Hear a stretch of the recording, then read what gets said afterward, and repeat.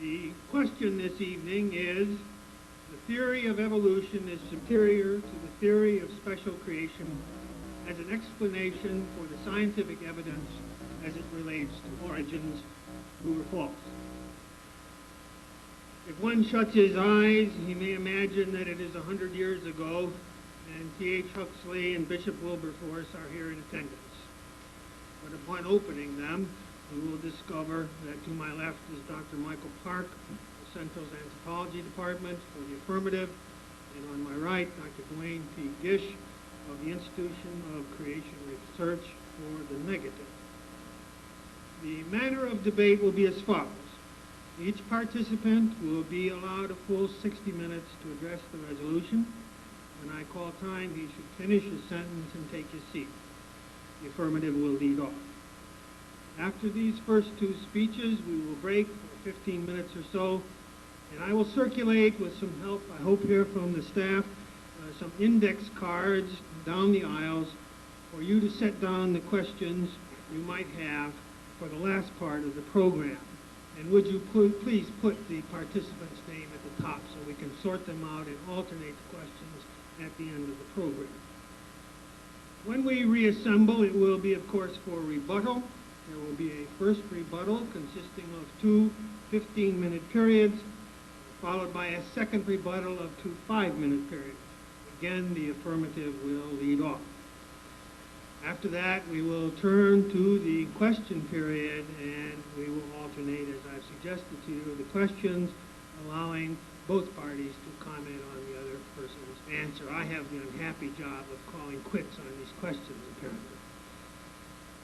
So, we are in for a long and interesting evening. As Betty Davis said in All About Eve, fasten your seatbelts. Dr. Michael Park holds his undergraduate and graduate degrees from the University of Indiana, where he also taught before joining us here at Central. He is a specialist in the study of the evolutionary process as it relates to human populations. Dr. Park will speak first for the affirmative. Let me remind you, the resolution is as follows. The theory of evolution is superior to the theory of special creation as an explanation for the scientific evidence related to origin.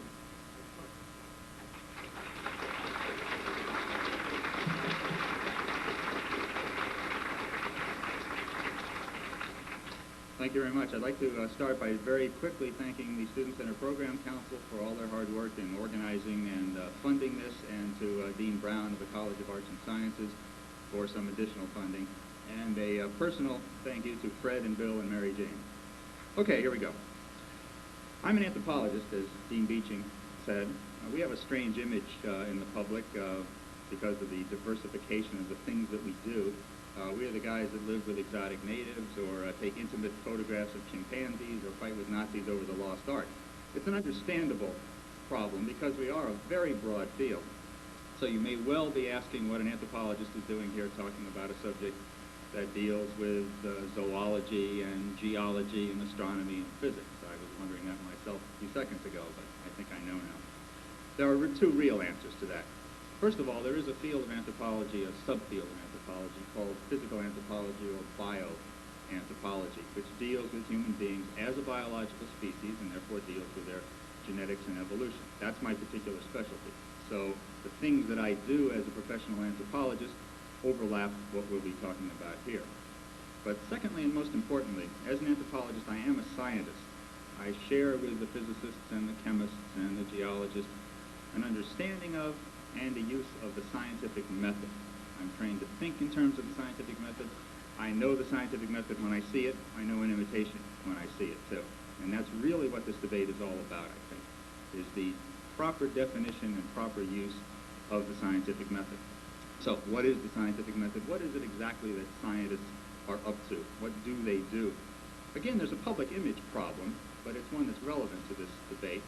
People, I think, because of movies and television shows and ads and so on, tend to think of scientists as people that know a lot of neat stuff. And it never really matters in some of these old movies what kind of scientist you are. You just are a scientist, and so you know a little bit about everything. Scientists are fact collectors. in these old movies. And on ads, there's a wonderful ad where a guy comes up in a snappy three-piece suit and stands in front of a bunch of books and says, "Hi, I'm in research," and then proceeds to tell you what to do about your hemorrhoids or your dentures or any number of other things, and that's okay because he's in research and therefore he must be a scientist. Well, that's not the case at all. We certainly have to collect facts, because facts are the raw material of what we're up to. But we are not fact collectors. We are fact explainers. Science does not collect facts, it explains facts. Okay? So I'll start off with just a short primer on the scientific method. How does this fact explaining process work? Well, a fact in science is usually an observable phenomenon, something that you can see happen. I brought my Dunlop 4 tennis ball. If I stand here and drop this tennis ball, every time I drop it, it will fall to the ground, and I can stand up here till I'm blue in the face, and every single time that will happen. That's a fact. You can see that happen over and over again, for probably as many times as I would do it. Now that fact needs to be explained. And so what we want to do next is propose an explanation for that fact. Obviously, you see where I'm going, and I'm going to play loose with the history of this particular thing, but for explanatory purposes. All right, our proposed explanation is called a hypothesis. So I could propose a hypothesis for this fact and say that since the ball always drops down towards the center of the Earth, therefore perhaps massive bodies have some kind of attractive force. You all recognize that as gravity, of course. Okay? But it would be proposed or stated in those kinds of terms. Right? I might also expand that and say, well, not only does the Earth have an attractive force, but any body has an attractive force, and that's why the ball always falls to the ground. Next, and the most important aspect of the scientific method is to test that hypothesis, test that proposed explanation. And we do this in a number of ways. First of all, and something that people miss often, is that we have to go back and ask whether or not the facts we observe actually fit that explanation, whether that explanation actually fits those facts. Well, it seems to. Seems to be no problem with that. Right. Then we will want to make some predictions. If our hypothesis is true, what would we expect to happen? What other kinds of facts can we go out and seek? Well, for example, if I've decided that large bodies have some kind of attractive force, I might also hypothesize that the farther away you get from those large bodies, the less the attractive force would be. And you all saw that amply proven last week with the space shuttle flight, with the astronauts' food floating around in the cabin of the space shuttle, because they were farther away from the Earth and the attractive force of the Earth was lessened. So that particular prediction is borne out. Of course, Isaac Newton couldn't test that one, but we tested it for him. You also want to ask and search for new facts and see if new facts fit your hypothesis. That's why hypothesis testing takes such a long time. It's a long, drawn-out process, and it never ends, really. You're continually collecting new facts and seeing whether or not they fit your hypothesis. And as a real scientist, you must always be willing to throw out your hypothesis if you find some facts that refute it. And that's the fourth part of the process. You start off with sort of a rhetorical question. What would I need to find that would refute my hypothesis? You never like to find those things, but if you're really participating in the scientific method, you should always look for those things and be aware of what those things are. What can refute my hypothesis? And then as you're going about collecting new facts as raw material, you test each new fact, you compare it with your hypothesis and see whether or not it fits. If your hypothesis passes all of those tests, if all of the new data fit, the old data fit, if your predictions are borne out, and if you can't find anything that refutes your hypothesis, then you consider it a good hypothesis. And a very good hypothesis is called a theory. There's a phrase being tossed around today, just a theory. Just a theory doesn't make any sense in science. By the time something in science is a theory, it is a hypothesis that has been tested over and over again, has passed all of those tests, has survived the test of time, and is a good hypothesis, and that is what we call a theory. Sometimes a theory can be so good that we almost consider it a fact, and we use that as an observation upon which we build other theories, other explanations. So the theory of gravity, the theory of relativity, the theory of evolution, those are positive things. Just the theory doesn't really make any sense. Okay? So to use my tennis ball for another analogy, science is sort of like a tennis ball. well, here, I'll roll it around here. It sort of rolls around new facts. It can test itself by rolling back over itself. I know I'm going to drop this eventually. And can roll in all sorts of different directions around the facts, gathering new material, testing itself, and so on. If it finds a fact that doesn't fit, it falls off as a scientific theory. Now, this can perhaps be explained a little bit further by looking at non-science, at areas which are outside the realm of science, and more particularly areas that start off outside the realm of science and then try to be science. You might call those a pseudoscience. Non-scientific ideas that talk in the terms of science, that pretend to be scientific, but aren't really. I'll use a pencil for that one. A non-scientific idea, or a pseudoscience, always starts out outside of science, in philosophy or religion or ethics or something along those lines. And if it's going to play it doing science, if it's going to be what I call a pseudoscience, it has to test itself or try to examine itself with facts, but its basis is always outside of this little ridge of facts here. And you see, it can't roll back on itself, it can't test itself, it can't roll in too many directions. It's rigid. And if it goes too far into the facts of science, into the scientific method, it fails because its basis is not in science. If it goes too far outside of science, it falls. I got another one, don't worry. Oh, hiya, Fruity. Okay? All right, now what does this have to do with this topic at hand tonight? Well, as you might guess, it's my claim, my position, that that evolution occurred, and some ideas as to how evolution occurred are, in fact, scientific. They can be tested scientifically, all of these ideas. They have passed these tests. We can examine them over and over again, and every time, all of the evidence that we gather and that we test according to the scientific method supports evolution. Creationism, I feel, is a non-science which is playing at science, and therefore it's a pseudoscience. It is unbending. It cannot proceed with all of the tests that a scientific idea can, and in the end, I think that it will fall as science. It plays at science, but it never really gets any farther than scientists as fact collectors. A collection of facts, but not a collection of explanations. Creationists already have their idea, they know what they think, and they cannot bend from that. They're like the pencil, and not like the tennis ball, if you like that analogy. Now, through one of those coincidences that you love to happen, and this is absolutely true, when I turned my desk calendar this week to Monday, the quote at the top of the page was from Harry S. Truman. And Truman's quote was, "It's what you learn after you know it all that really counts." So let me see if I can learn you something. Let's examine the science behind basically my idea, but I will digress and examine some of the science behind Dr. Gish's position. And I think you'll see that my dichotomy will in fact hold true. The first thing you need is a model.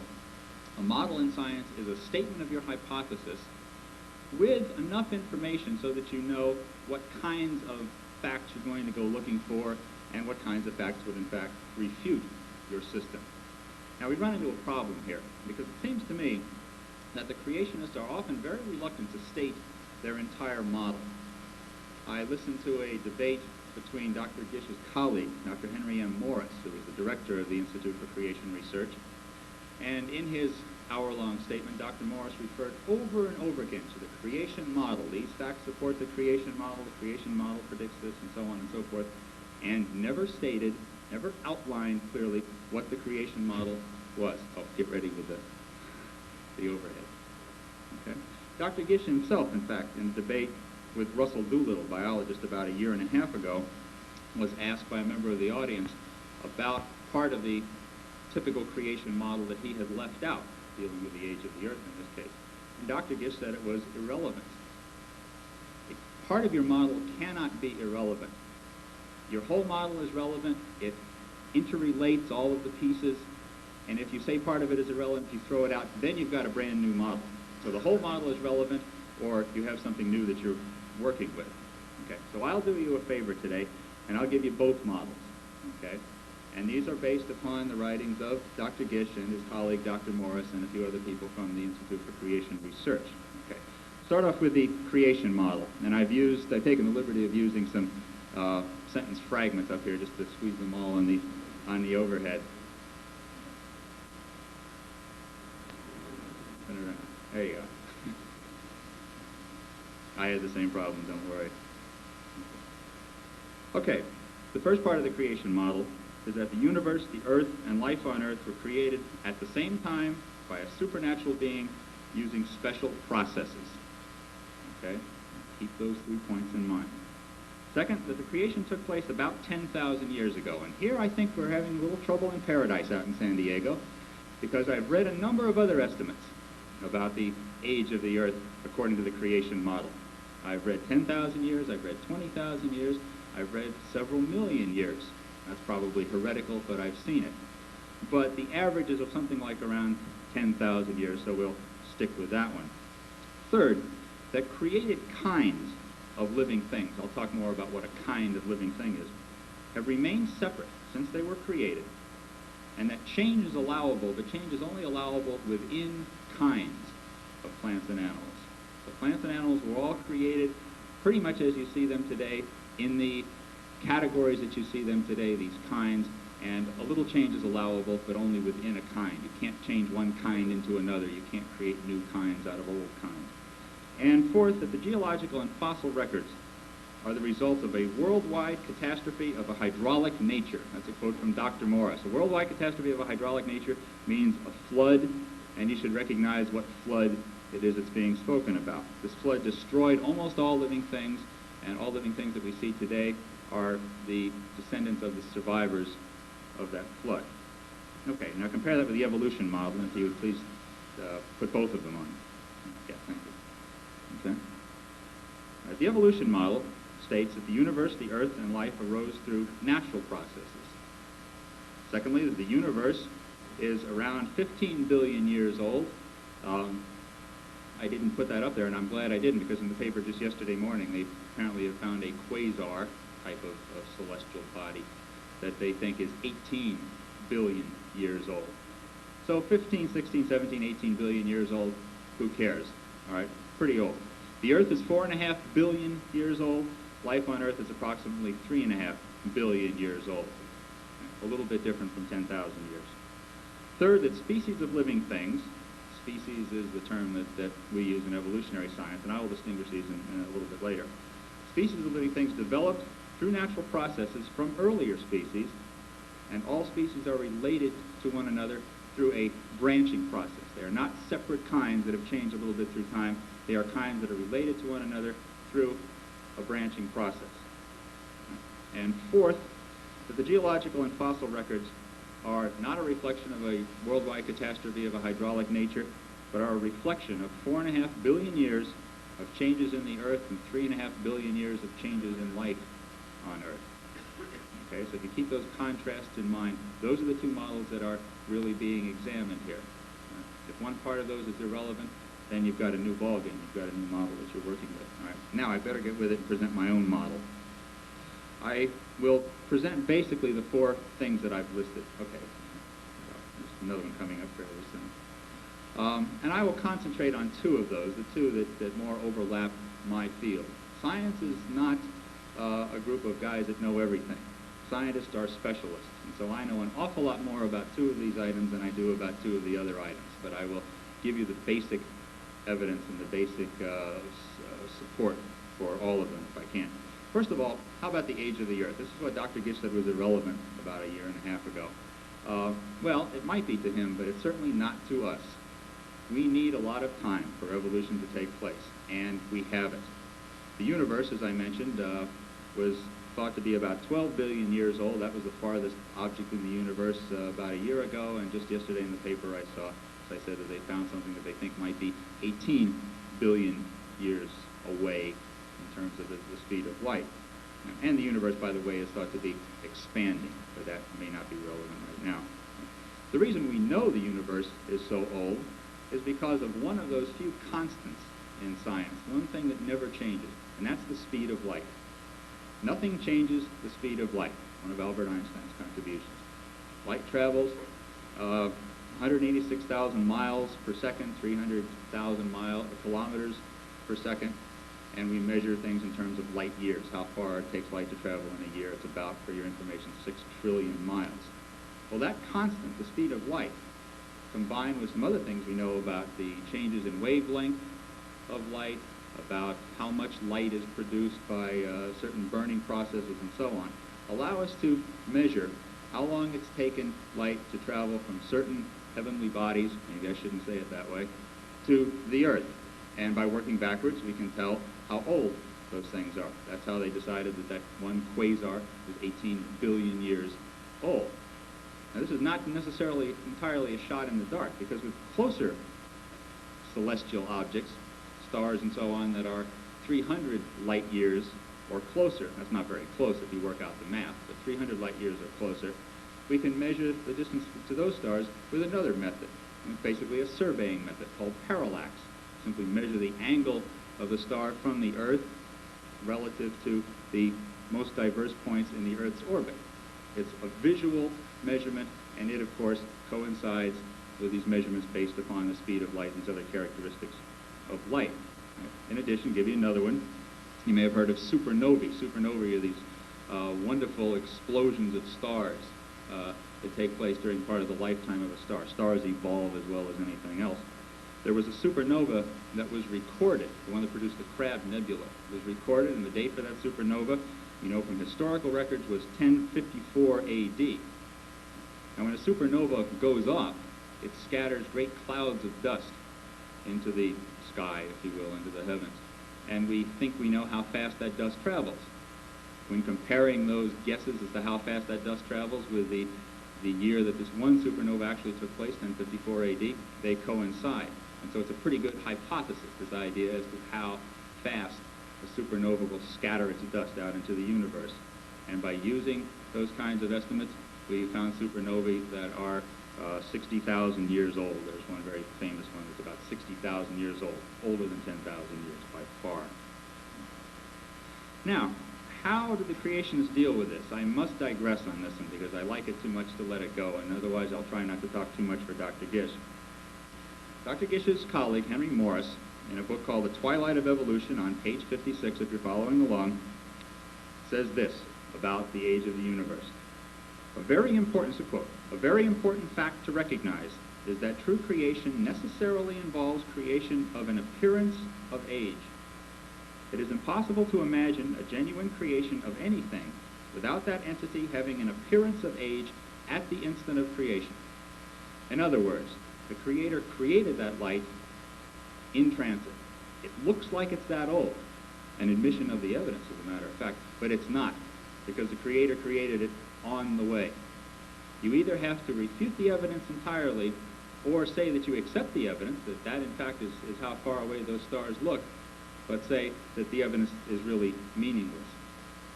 Now, for distant things like that, it's a little bit believable. But I could just as easily say that the Creator created the universe right then, and that all the thoughts that you have in your heads right now were put there in transit. If you buy the possibility of one, you have to buy the possibility of the other. How about the age of the Earth? 4.5 billion years. This is done largely through what's called radiometric dating. Measurements taken, I don't want to go into the science of it, measurements basically taken on the speed with which radioactive elements decay or transform themselves into stable elements. Radioactive uranium into stable lead, radioactive potassium into stable argon, rubidium into strontium, and carbon-14 into carbon-12, and so on. Now, these methods come under a lot of criticism because we always state them with a plus or minus factor at the end and so on. But the fact is that the plus or minus factor is not very great, and that for certain sites, geological sites, the Grand Canyon is one of them, these various methods will corroborate each other, and some other dating methods, fission tracking, thermoluminescence, and a bunch of things that I won't bother to explain, look them up if you want, also corroborate the dates that are presented to us by the radiocarbon dating. And it looks as if the Earth is something like 4.5 billion years old. That date is also corroborated by measurements taken on the moon rocks and measurements taken on meteorites. Is it a good method? You bet it's a good method. Whatever you think of them, nuclear reactors, pro or con, work on this principle. That is the constancy of radioactive decay. The idea that we can, in fact, measure and count on the speed with which radioactive elements decay into stable elements. So it's a good method. There are some disagreements. There are some plus and minus factors, but nothing along the lines of 4.5 billion years compared to 10,000 years or even a couple million years. Quite a difference, in fact. All right, now this one's important. The origins of the universe and Earth and life and so on. Dr. Gish has stated, just stated a few minutes ago in a press conference, that neither creationism nor evolution is scientific because they both deal with origins. You can't see an origin, you can't repeat an origin, nobody is around to write about it, you can't scientifically test it, and therefore it's not science, and therefore neither of our positions has anything to do with science. That's not true. Dr. Gish's position does fulfill that description, because Dr. Gish's position is that all of these creative things took place through the will of a creator by means of special processes that we cannot understand, that are not taking place anymore. But for science, that's not true. There is only really one origin that we are concerned with, and it's really unfortunate that we use the term. The origin somehow implies something from nothing. And there's only one case of that we're interested in, and that's the origin of all matter in the universe. Where did all of this stuff come from in the first place? We don't know. So my explanation is as good as Dr. Gish's explanation, is as good as any of your explanations for that. But once we have all of that matter, then that matter behaves according to certain natural processes. Call them laws if you want. Nothing new has been created. There's nothing new under the sun. Well, it goes back farther than that. There's nothing new in the universe. Once you've got all the stuff, then the only thing that happens is that these elements, these particles, this matter becomes rearranged, reshuffled, appears in different forms, energy is transferred in various sorts of ways. But nothing brand new is created. There actually are no origins since that first ultimate origin, which admittedly we cannot explain. And those natural processes through which this matter rearranges itself, reshuffles itself, are things that we can test, they are things that we can observe, they are things that we can verify. So origins is not an accurate term to use for both of these positions. Now, what kind of evidence do we have for the origins of all of these things, or maybe I should say for the development of all of these things? Again, we can't explain the ultimate origin of everything. I will admit to that. But there are some good hypotheses, theories, if you will, about how the universe originated, called the Big Bang theory is the most popular. There are several of them, to be sure. The idea that once you had all of this matter in a great ball, it exploded and created the universe as we know it. And there is an awful lot of evidence to back that up. I will refer you to astronomy text, Carl Sagan, if you like, the popularized version of it, who will explain the evidence for that to you. The origin of the Earth, in fact, of all celestial bodies, we have some good theories for, too. Gaseous clouds condensing because of gravity and some other processes and so on. And the origin, and there I go again, you can't really help it, the development of life on Earth from non-life. And this is what the creationists say is impossible. Well, part of the implication that you get from creationist points of view and creationist explanations is that somehow life, something that you could call a definite living thing, originated from non-living things. And it's not like that. You don't have a bunch of inorganic elements floating around and all of a sudden create a 100 trillion cell human being. It proceeds through steps, gradual, small, sometimes minute little steps. And the fact is that we have been able to repeat some of those steps and test some of those steps under laboratory conditions. No, we have not created life in the laboratory. We have not put a bunch of stuff in a flask and zapped it with ultraviolet light and had something climb out of the flask, or have even anything swim around in the flask.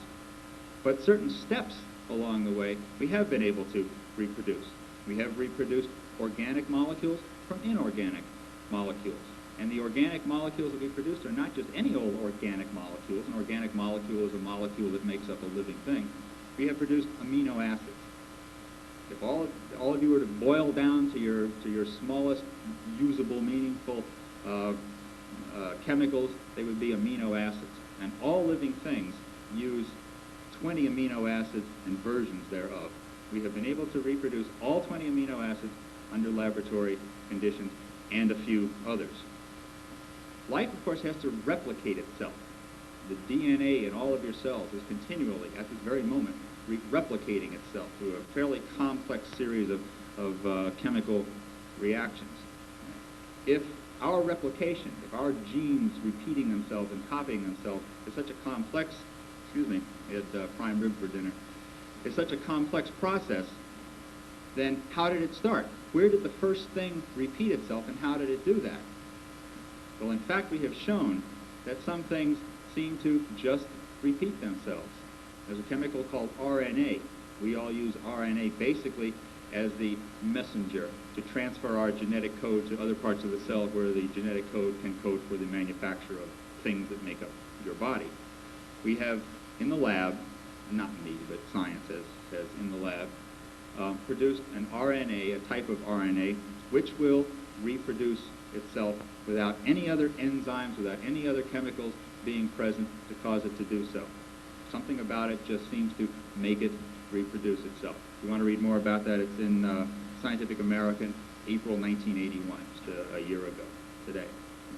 In fact, when scientists were playing around with this, trying to increase the accuracy of the replication, they added a bunch of chemicals that are found in living things, and the chemical that seemed to increase the accuracy, not make it reproduce, but increase the accuracy, were ions of zinc. And what do the actual enzymes in your body that help the reproduction of RNA contain? Ions of zinc. It's almost, according to the scientist that wrote the article, as if, just like the wine remembers, the RNA remembers how it got started and contains these chemicals that help it along. Okay? All right, now how about this idea of species arising from earlier species? This is really the crux of it, let's face it. When you start talking about life and when you start bringing humans into it, that's when things get hotter and heavier. Well, obviously the best evidence, the best thing we can look at for support for this idea that species arise from earlier species is the fossil record. And I will let that go for a whole other category because it's so important. Because that's the real physical, concrete evidence for all of this. Let's look at some others first. How about a source of change? What process is it that brings about these species changing into other species, species branching from other things? Well, there is a process. There are several of them, as a matter of fact. The one that most people know about, and in fact the one that the creationists accept, is called natural selection. Usually attributed to Darwin and Wallace, but it was an idea whose time had come when Darwin was writing, and a lot of other people also deserve credit for it. Natural selection, very, very briefly, is simply the idea that within any species there is genetic variation. Look around the room, and you can see perfect evidence for that. And in most species, in all species, in fact, this genetic variation may well have something to do with how well individuals survive. Survival of the fittest is a slightly inaccurate term that's often applied to this. Those organisms, those individuals within a species of animal that survive best will reproduce, they stand a chance of reproducing better, and will pass on their successful characteristics to their offspring. So you can, through natural selection, to weed out unfit or less fit characteristics and increase the proportion of the better fit characteristics. Okay?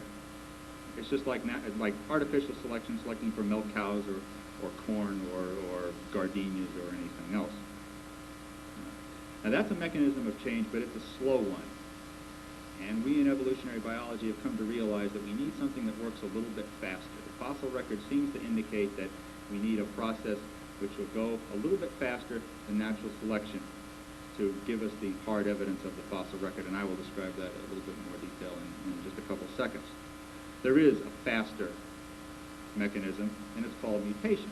Now, for a long time, mutations were thought of as little bitty changes in the genetic material. Most of them were bad because there are mistakes in the genetic material, and so were taken care of by natural selection, by being weeded out through this process.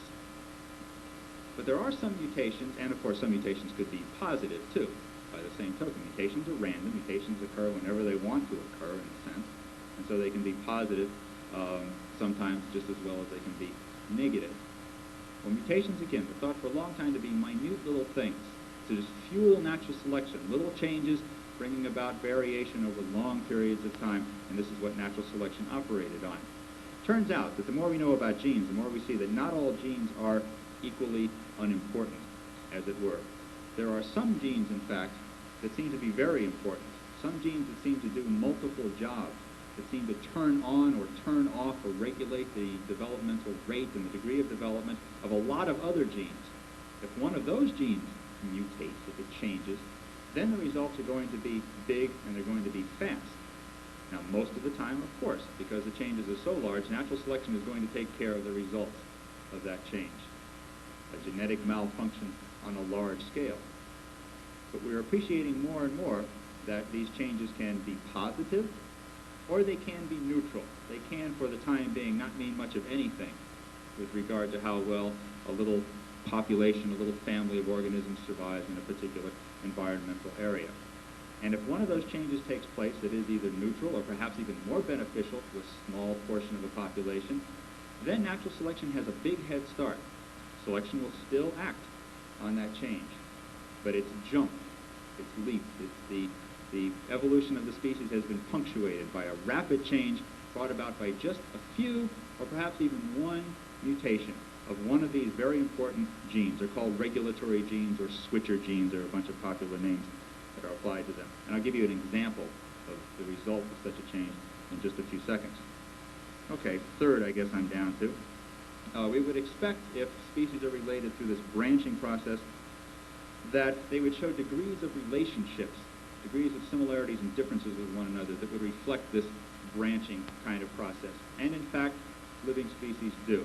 If we compare species anatomically, physiologically, that is referring to the internal chemistry, the internal functioning of the body, behaviorally, something fairly new, or genetically, we can do a lot in terms of testing the actual genes that are present in an organism.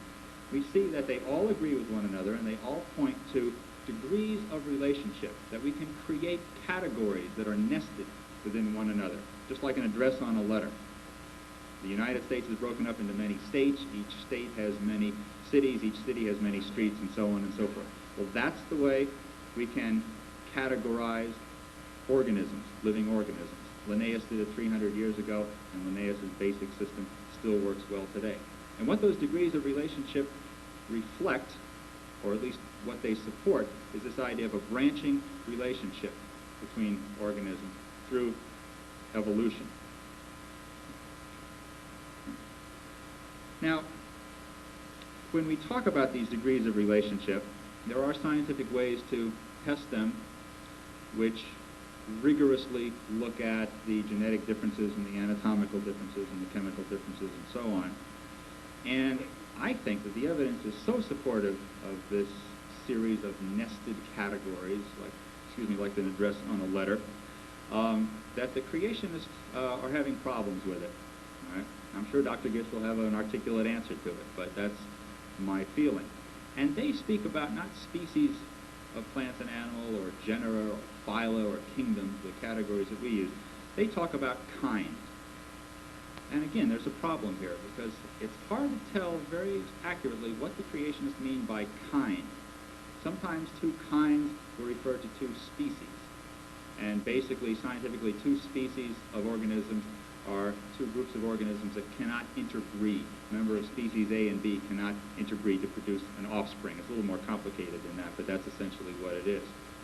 Sometimes, however, there will be two groups of organisms that we consider separate species that cannot interbreed and therefore are very different scientifically, but are so similar and may have arisen so recently in the past, I've got a couple examples of that, but not enough time, that the creationists say, well, they must be members of the same kind.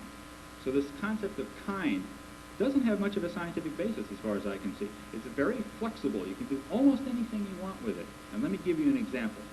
Oh, sorry, I should have warned you. Next overhead. Okay, and do the same thing with the left-hand side. Dramatic effect. There are two species of apes In fact, 2 genera. A genus is the next higher level in this taxonomy, in this classification system.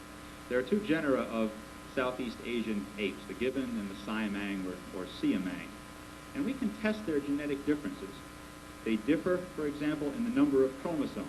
One has 3 more pairs of chromosomes than the other. There are banding pattern on the chromosomes. You can actually visually see it and photograph it. And the pattern of the bands, the broad bands and the narrow bands, say something about the position of genes on those chromosomes. Well, the gibbon and the siamang have similar bands on only one of all of their pairs of chromosomes. They are not very similar in the banding pattern, and what that basically indicates is that the order of the genes is not really very similar. And there's a measure called genetic identity, which basically measures the order of amino acids in the proteins and enzymes. It's a chemical sort of measure, but it gets down to the genetic level, because what genes code for really is the amino acids and the order with which amino acids appear in the various body chemicals. And the genetic identity of the gibbon and siamang are about 76%. Right? Even though the gibbon and siamang are categorized in different genera, and even though they don't, under natural conditions, hybridize, under artificial conditions, they are still genetically similar enough to hybridize. Several zoos have reported in the past 4 or 5 years hybrid offspring from a gibbon and a siamang, and apparently the hybrid offspring is fertile, even with this degree of genetic difference. Okay? The creationist, I think, anatomically, behaviorally, and because of this hybridization, would have to call the gibbon and siamang the same kind. Those 2 creatures are just variations within a kind, okay, of the other half. Here are 2 more species. Let's call them species X and Y, and most of you know what the answer is for this. Species X and Y differ in only 1 pair of chromosomes. One has 46 pairs, the other has 48 pairs. The banding pattern is 99% similar. 99% of the banding pattern between these 2 species can be recognized. One can be recognized in the other. And they are almost as genetically identical in this chemical genetic measurement as the gibbon and siamang, a little over 70%. Very similar genetically, and yet they are clearly different kinds. Anybody would agree with that. They cannot hybridize. I hear that it's been tried under laboratory conditions, and it doesn't work. Those 2 species are, of course, humans and chimpanzees. Clearly different kinds. The gibbon and the siamang, I think, would be considered by almost anybody the same kind, and yet the actual measure of the genes involved does not coincide with the category set up by these kinds. It demonstrates, I think, not a set pattern of categories, an unchanging pattern of categories, but a process in the process of taking place. That was a very good sentence. A process taking place, an ongoing process, not a static sort of categorization. And this, incidentally, is what I was getting at before in terms of these large, important genes. Apparently what makes us different from a chimpanzee is a very small number of mutations that took place a few million years ago, we're still working that out, that cause not a difference in what we are made of, but a difference in how much our various body parts and chemicals and processes develop, what rate they develop, how far they develop. It doesn't seem to be a matter of us being made of different things from a chimpanzee. We just develop at different rates. Things develop to different degrees. It's something along those lines. It's a fairly new set of discoveries in science, but the evidence is mutually supportive. It seems to be borne out. So I see the idea of kinds as making intuitive sense. And it's very nice because it's very flexible, but it doesn't seem to coincide with the scientific evidence. Finally, the fossil record.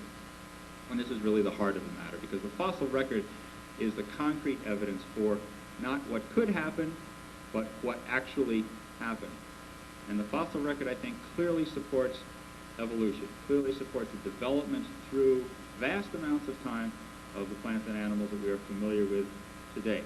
Fossils are distributed through hundreds, sometimes even thousands of layers of rock, each layer of rock indicating a very, very different event in the Earth's geological history. See for yourself. Get on a mule and ride your mule. I was going to use something else, but I decided not to. Ride your mule down the Grand Canyon and watch the fossils. And they will change as you ride down. If you know what you're looking for, if you have somebody to point these things out to you, you will see mammalian fossils, And then the mammalian fossils will disappear, and you'll see a preponderance of reptilian fossils and so on and so forth until you've gone back about 600 million years in time. Some of the layers of rock in the Grand Canyon show the remains of mud that has cracked, show the remains of raindrops, show the remains of footprints of various sorts of plants and animals, show layers of freshwater animals interspersed with layers of saltwater animals. Thousands, literally thousands of individual scenes, individual slices of time of this changing sort of picture. Now, to be sure, and Dr. Gish will point this out, and it's been a problem for evolutionary science, there appear to be gaps in the fossil record. Species of animals, different genera of animals, let's call them kinds of animals if you want, often seem to appear very suddenly in the fossil record. And that has been a problem. It's something that we, in part, have not really acknowledged as we've been working it out, but it has been, to a great extent, solved, this idea that species do arise very suddenly in the fossil record. And it basically goes back to that idea of these large, important genes. Now, suddenly doesn't mean that a reptile one day laid an egg and a bird hatched out of it. Not that suddenly. Suddenly, in terms of an overall history of 4.5 billion years, can be 10,000 years, 20,000 years, 50,000 years, 100,000 years, can be fairly suddenly in relative terms. And that sudden kind of evolution, that punctuated evolution as it's called, may well come about because of these mutations, not in the little genes that bring about little changes, but in the genes that bring about important changes. Most of those important big changes probably don't work, but the ones that do may create a very different kind of plant or animal. Evolution may have a real head start in adapting that organism to its environment or deciding that that organism is not adapted to its environment. So the concept of this, what's called punctuated equilibrium, instead of a slow branch of evolution going on pretty steadily for a while through natural selection, which the creationists acknowledge, and then being punctuated by rapid bursts of new kinds, new sorts of plants and animals being created. And what we now are starting to find out, information that we're getting in droves about the genetic process and what genes actually do bear out that this can, in fact, happen. It fits the fossil record very nicely. In some cases, in the cases of very large changes, however, we do have some transitional forms. And this is one real bone of contention, and that's a pun I thought somebody had to say it tonight, between Dr. Gish's position and my own. There are transitional forms. When a very important big change comes about, we do have a number of forms that show the transition from one kind to another, from reptiles to birds, for example. We know that reptiles and birds today are very, very similar.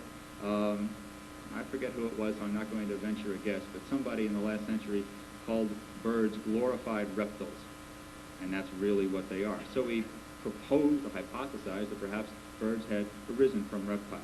There is a very nice transitional form. It's called Archaeopteryx. Dr. Gish has said it's a bird because it has feathers. Until the imprint of the feathers were seen in the fossils, everybody thought it was a small bipedal, that is, upright dinosaur, because it has some characteristics that are not found in any bird. The fact that it has feathers doesn't say a whole lot either, because the feathers are lacking little quills that modern birds have to hold the feathers onto the bone for flight. Now, I know that a few years ago, there was a more modern-looking bird found in the same basic layer with Archaeopteryx. So Archaeopteryx, it just means ancient bird, may not have been the transitional form. But you realize that when a branch branches off from another branch, that the rates of change may differ. So even though a more modern-looking bird was found here in the same strata, in the same time period as Archaeopteryx, it doesn't necessarily mean that Archaeopteryx can't have descended from the transitional form down here. So that doesn't really refute anything, and Archaeopteryx fits nicely what our basic conception is of what a transitional reptile bird would have looked like. How about plants? People don't talk too much about plants. About 150 million years ago, the angiosperms, the flowering plants. Most of the plants that you're familiar with today are angiosperms. They have some sort of flower. About 150 million years ago, the angiosperms appear very suddenly in the fossil record.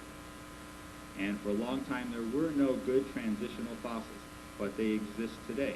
Angiosperm leaves have veins in them, those lovely patterns that you see in the leaves of your houseplants designate those in part as angiosperms. Well, a little earlier than 150 million years ago, there are some fossil leaf imprints that show veins, but they have not really gotten their act together. The veins are not in any kind of pattern. They're all over the place, but it was just what we would expect in the process of evolving the venation of leaves to make one very important part of angiosperms. And then there's the transition between reptiles and mammals. Now, that gets into a lot of anatomy that I, quite frankly, am not qualified to comment on. And Dr. Gish has commented on this lack of a transition quite a bit in his book, Evolution, the Fossils Say No. He quotes an article by two anatomists saying that all of these proposed transitional forms between reptiles and mammals are really all just reptiles. But he never mentions in his book one of the important forms that does have two reptile, or have a reptile and a mammalian characteristic. Without going into a lot of detail, it deals with the jawbone. And this one form with the very hard to pronounce name of Zosterodon has both a mammalian type jaw joint and a reptilian type jaw joint. Now, you have to add that to a lot of other evidence to make it meaningful. But Dr. Gish leaves it entirely out of the book and focuses only on one of about a half a dozen forms that this article covers. And this Zosterodon does at least a better job of filling in that missing mammal or reptile-mammal gap, and so at least should be considered. So there are transitional forms where big changes take place, and these gaps in the fossil record, the sudden appearance of different kinds of plants and animals, can be accounted for. It's a hypothesis. It's a hypothesis that's being tested, but it can be accounted for according to what we know about genetics, and what we're finding more and more information about all the time. But the most important thing about the fossil record is that it does not at all reflect a sudden, simultaneous creation. Things may appear suddenly. The sudden appearance of the angiosperms may look like they were suddenly created. But they are found up here in the geological record, and other things appear here, and other things appear down here, and other things appear down here. There is no simultaneity of creation recorded in the fossil record. Things may have been created. It's quite possible. But if they were automatically, or if they were divinely created, they were created one at a time, not all at the same time. Now, don't be naive enough to think that Dr. Gish doesn't have an explanation for this. He does. But since I'm running out of time, I'll let him do it. Don't let him get out of here without telling you how come the fossils are distributed in a stepwise fashion and do not reflect a simultaneity of creation. Okay? All right, now my conclusion. And I think I got about 10 minutes left. I have unfortunately only been able to present you with the barest outline of the support for the idea of evolution and the theories as to how evolution have come about. In an hour, I can't possibly hope to do much more than just barely scratch the surface of giving you the evidence and the tests and the explanation, not just a bunch of facts, but what those facts explain and how we propose to explain other facts. I can't do it. Science takes time. It's not fact collecting. I can't spout off a bunch of things to you and really say anything scientifically.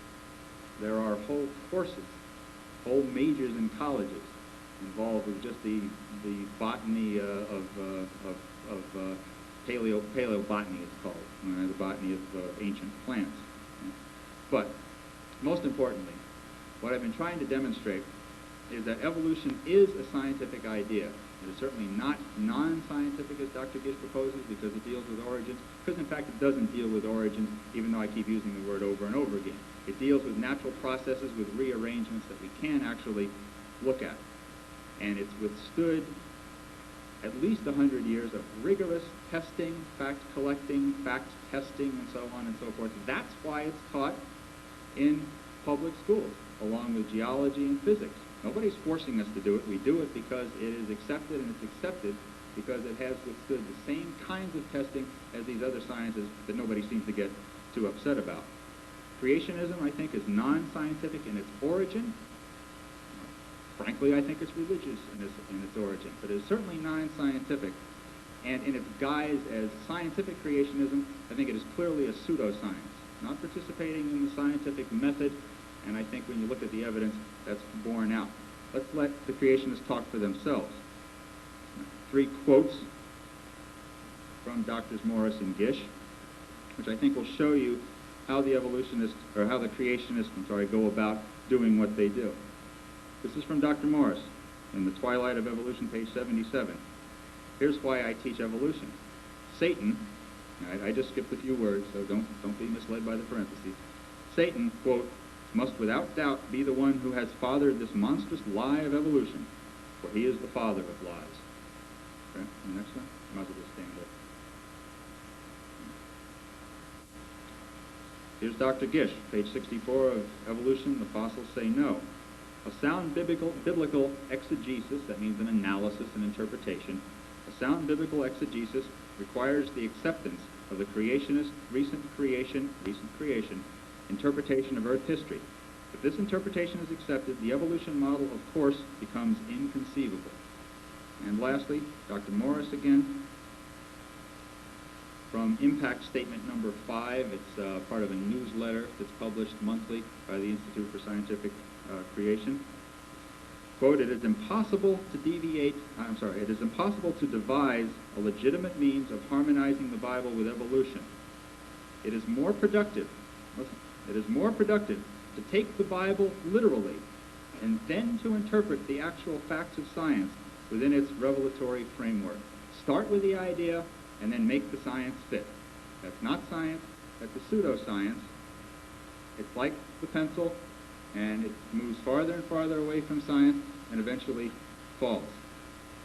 We're on a very low state budget. I've run out of pencils, and so I'll stop there. Thank you.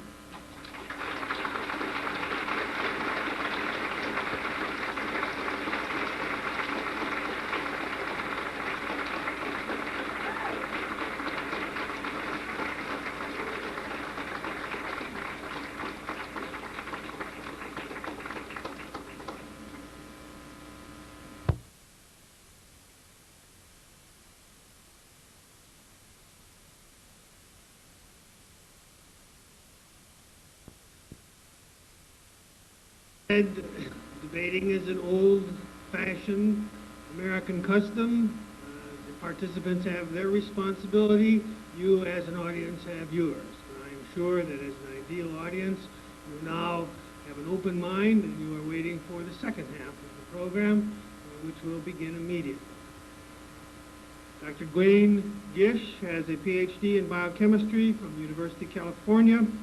He has also studied at Cornell Medical College, having spent many years in research with the Upjohn Pharmaceutical Company. In 1971, he joined the Institute of Creation Research in San Diego, where he is now the Associate Director.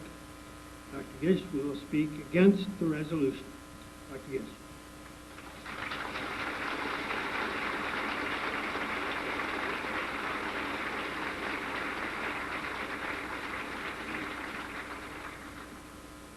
Thank you very much, Mr. Beeching, Dr. Parks, ladies and gentlemen. Certainly it's a great pleasure for me to be here this evening at this great institution and to have the opportunity to present some of the results of my research on the subject of origins. Now, I think you can already perceive that Dr. Parks and I have agreed on one point, and that is we disagree. And we understand that. But we trust that this discussion this evening will be helpful and will be informative. At least when we all leave here this evening, perhaps we'll have a new perspective on this subject of origins. I'm delighted to have the privilege of engaging in this discussion with Dr. Parks.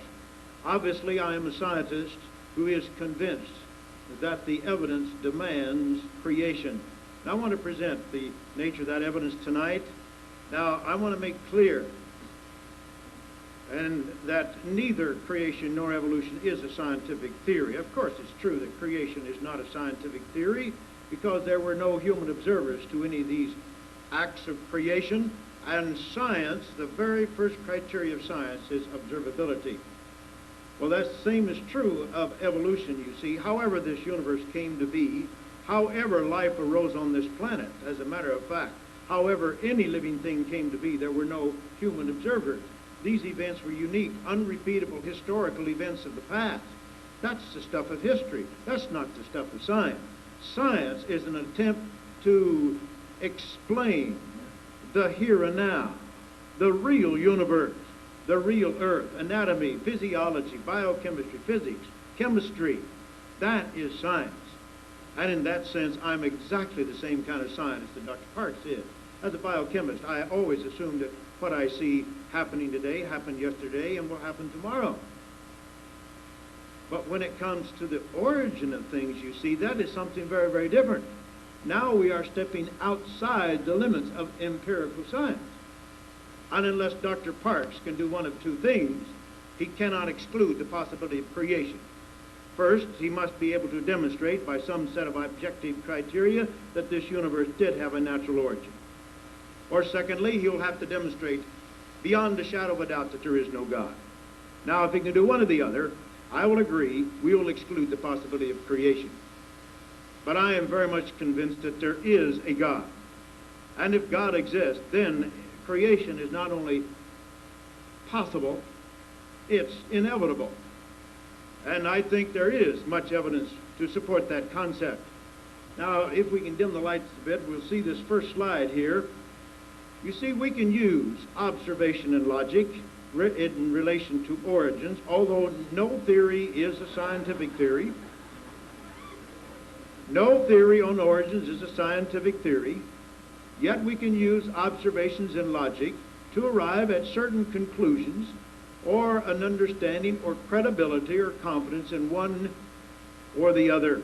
Here on this slide, I don't know about you, we see an arrowhead lying among a group of pebbles. Supposing you're walking along a hillside someday, and you glance down, all of a sudden you see that arrowhead lying among those pebbles. Now you would conclude, through observation and logic, that those pebbles form naturally, that natural processes through time were sufficient to generate the pebbles. On the other hand, you would conclude, I'm sure, quite reasonably and logically, that the arrowhead was created. It was the product of creative activity. Someone made that arrowhead. Now, you never saw the arrowhead maker, and you never will see that arrowhead maker, but you assume that he exists. Furthermore, you would not ascribe the origin of the arrowhead to a snake, or to a beaver, or to a monkey. You would ascribe the origin of that arrowhead solely to human activity. Now, that's reasonable, isn't it? Is there anything unscientific about that? Anything unreasonable? Of course not. That's a perfectly logical, reasonable conclusion. And when we look at our universe, this incredibly complex universe, and the indescribably complex living things, and when we compare that with natural processes, what nature can do, it's very logical and reasonable to conclude that they were created by supernatural processes. The universe could not have created itself naturally. Life could not have arisen spontaneously by any natural process now operating. Therefore, we conclude very logically and very reasonably they were created. May we have the next slide, please? We have the control here. That always throws me because I'm usually asking someone to change slides. Here's the definition of evolution according to Julian Huxley. Notice that Julian Huxley says that evolution in the extended sense can be defined as a directional and essentially irreversible process occurring in time, which in its course gives rise to an increase of variety and an increasingly high level of organization in its products. Our present knowledge indeed forces us to the view that the whole of reality is evolution, a single process of self-transformation. End of quote. All right. I want you to note, then, according to Huxley, and this is the usually agreed definition of evolution, evolution is a process of self-transformation. I don't care whether you're an atheist, a Christian, a believing Jew or Muslim or what. Evolution, by definition, excludes God. or any outside agency of any kind. It is a process of self-transformation which can be ascribed to properties inherent in matter. The evolutionist says that he can go out in the world as it exists today, and by the study of natural laws and natural processes can explain the origin of everything. The whole of reality is evolution. We are told the origin of the universe, the origin of life, the origin of man, the origin of his religion is the product of evolution. Now, furthermore, evolution goes in only one direction. It goes ever and ever and ever upward. We started with disorder, and order was generated. We started with simplicity, we ended up with complexity. We started with chaos, and we ended up with the cosmos. And so evolution has moved in that direction inevitably. And since it is due to properties inherent in matter, then of course matter must have that natural tendency, that inherent property to transform itself from disorder to order, from the simple to the complex. The late Professor Harlow Shapley of Harvard University said, "Some people piously proclaim in the beginning God. I say in the beginning hydrogen." And he stated that beginning with hydrogen and utilizing natural laws in time, he could explain the origin of everything. Well, of course, he could do no such thing, but this was consistent with his particular philosophy. This reminds me that someone has said that hydrogen is an odorless, tasteless, invisible gas which, if given enough time, becomes people. And of course, this is precisely what the evolutionists believe. This is what Shapley said, what Harlow Shapley said. Because after the Big Bang, all you had in this entire universe was nothing but hydrogen. Minor amount of helium, that's immaterial. And that cloud of hydrogen now converted itself into everything that we have here today somehow: stars, planets, our solar system, and living things, and you and I. With our 30 trillion cells of over 200 varieties, with 12 billion brain cells, and 120 trillion connections in your human brain. Beautifully, marvelously, wonderfully designed so that your human brain can operate the way it does. And your brain and everything else about you and everything in this universe is nothing but the product of hydrogen, according to the evolutionary view. I'm also reminded, as someone has said, that if you change a frog into a prince instantaneously, that's just a fable. That's just a myth. But if you say a frog changed into a prince and it took 300 million years, that's science. So you see, all you need to change a fable into science is to add 300 million years. I believe that one is a fable for children and the other is a fable for grown-ups.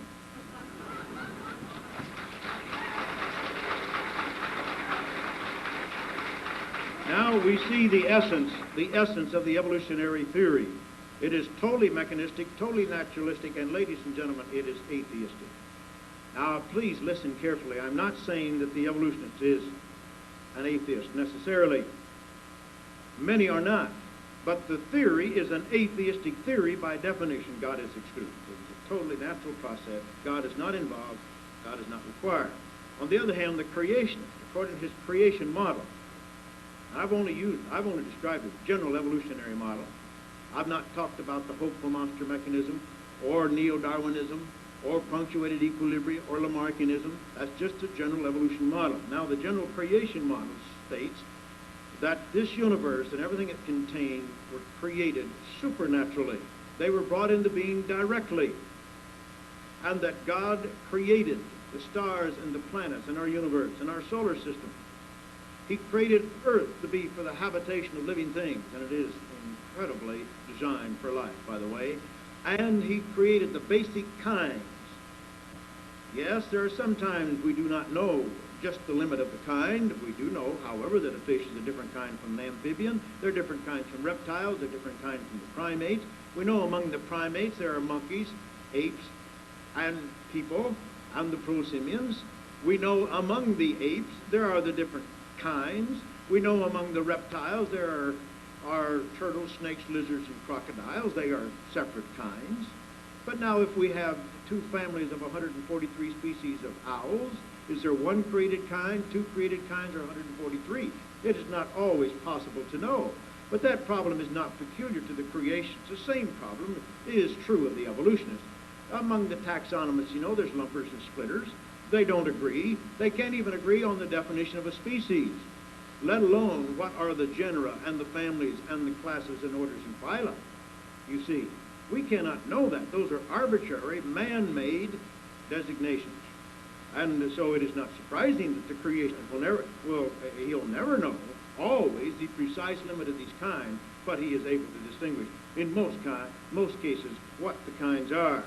God has created these basic kinds. They have not arisen from a common ancestor. They were separately created. When did that creation take place? Well, in the creation model, just as in the evolution model, we have submodels. There are some creationists, they're called progressive creationists. They said, they believe that the earth is substantially 4.5 billion years old. Therefore, God created the earth 4.5 billion years ago. He created life maybe 3 billion years ago. The complex invertebrates about 600 million years ago, and so forth, and created man perhaps several 100,000 years ago. That's one view. There are other views, including the view that creation took place relatively recently and substantially at the same time. That is another view of creation. And we would have to, of course, discuss in some detail the geological evidence, comparing the catastrophic model, the model of uniformitarianism, the evidence on both sides. In order to do that adequately, of course, we do not have the time for that this evening, so I will not do that. But let me point out that, of course, that's not the subject for debate. If you read the statement, to be debated here is whether things were created or whether they evolved, not when they were created or how long it took. Now, we can look at these two general models scientifically. Now, let me point out there's no way to test either theory. You cannot eventually falsify either one of these theories. Why? Because, you see, you can always modify your theory to accommodate any and all data. That's easy to do, and the evolutionists have done that. They've made their theory so plastic, it doesn't make any difference what the data is. It can be made to fit somehow. Now, the same is true of creation. You can make it plastic. You can keep changing it to fit the data. So neither one of these two theories are ultimately falsifiable. So they're not, therefore, strictly speaking, scientific theories. But we can establish levels of confidence and credibility. Now, Dr. Parks made the point that we creationists, we are unbendable. We have decided the truth from the beginning, and we're going to try to make everything else fit. I want you to note that he stated, evolution is a fact. You see, he is unbendable. He has stated his position. He has stated his assumptions. Evolution is a fact, and that is about as unbendable as you can get. If he would say, well, I believe evolution is a reasonable hypothesis, I believe it has a lot of support for it, I think it's a better theory, and so forth. No, that's not what he said. He said evolution is a fact. And now he's going to try to prove it. Now, ladies and gentlemen, I want to say one other thing.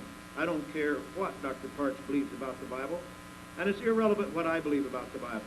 As far as this debate is concerned tonight, the only relevant matter is what is the scientific evidence that Dr. Parks can present to support evolution, and what is the scientific evidence that I can present to support creation. That's the only relevant matter here tonight, because you can be wrong for the right reason, and you can be right for the wrong reason. So I asked you then just to look at the evidence that we are presenting. Now, evolution is totally mechanistic. The evolutionist must rely totally on these natural laws and natural processes. Therefore, his theory must agree with the natural laws and natural processes. There can be no exception. Because if there is, then his theory is dead. He should abandon the theory. Let's look at the evolutionary model, first of all, from the angle or the consideration of probability. We'll take a look here at the next slide, and here we have a molecule of ribonuclease. This is a protein of 124 amino acids. By the way, people have not created all 20 amino acids in the laboratory. Dr. Parks said it's not correct. There are some that have never been produced in the laboratory by any process, and perhaps we'll have time to go into some of the experiments related to this sort of thing. There are nothing more than exercises in organic chemistry, and I believe one can exclude the accumulation of a significant quantity of any of these substances under any reasonable conditions that might have existed on the hypothetical primordial Earth. But let's assume that the Earth was flooded with amino acids. And let's assume that in spite of everything that science tells us, that these things would spontaneously link together. Now, they would not. You have to pump energy into every one of those chemical bonds to get those amino acids to join one to another. They will not do that. They do not do that naturally and spontaneously. They don't want to do that. What they want to do is to break apart and release the energy. That happens naturally and spontaneously, but in spite of the natural tendency against this, we've got to join 124 amino acids together before one breaks. Before one of those bonds breaks, somewhere in the molecule, we've got to join 124 bonds together, not one of which wants to do that, none of which will do that spontaneously. They resist that sort of thing, but we've got to form 124 bonds before somewhere in that molecule, one bond breaks. And ladies and gentlemen, that wants to happen. They're just eager to do that. That happens naturally and spontaneously. But in spite of all that, let's say that they do link up with no problem. Well, you see, we've got to get these things in the right order. This is ribonuclease. This is an enzyme. It does something. And it does something because it has that particular arrangement. Every molecule of ribonuclease produced by your body has this particular sequence. There are 20 different kinds of amino acids.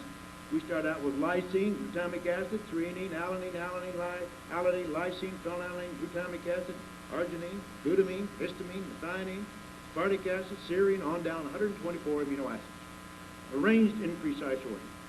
Now, you know, if you give some paper to a monkey and let him type away on a typewriter, he just types nonsense. He doesn't put those letters together in any particular order whatsoever. Because monkeys are just dumb things. They don't know how to do that. Well, chemistry and physics, they're just dumb things too. They just put things together in a random fashion. Now, somehow, on this earth, chemistry and physics had to put those things together in just the right order in order to have ribonuclease in one hand, human growth hormone in another, hemoglobin in another case, and so forth and so on. And ladies and gentlemen, to have even the most primitive living thing, you would have to have hundreds of different kinds of protein molecules and hundreds, if not thousands, of RNA and DNA molecules, even more complex than protein molecules. And our ocean contains 350 million cubic miles of water.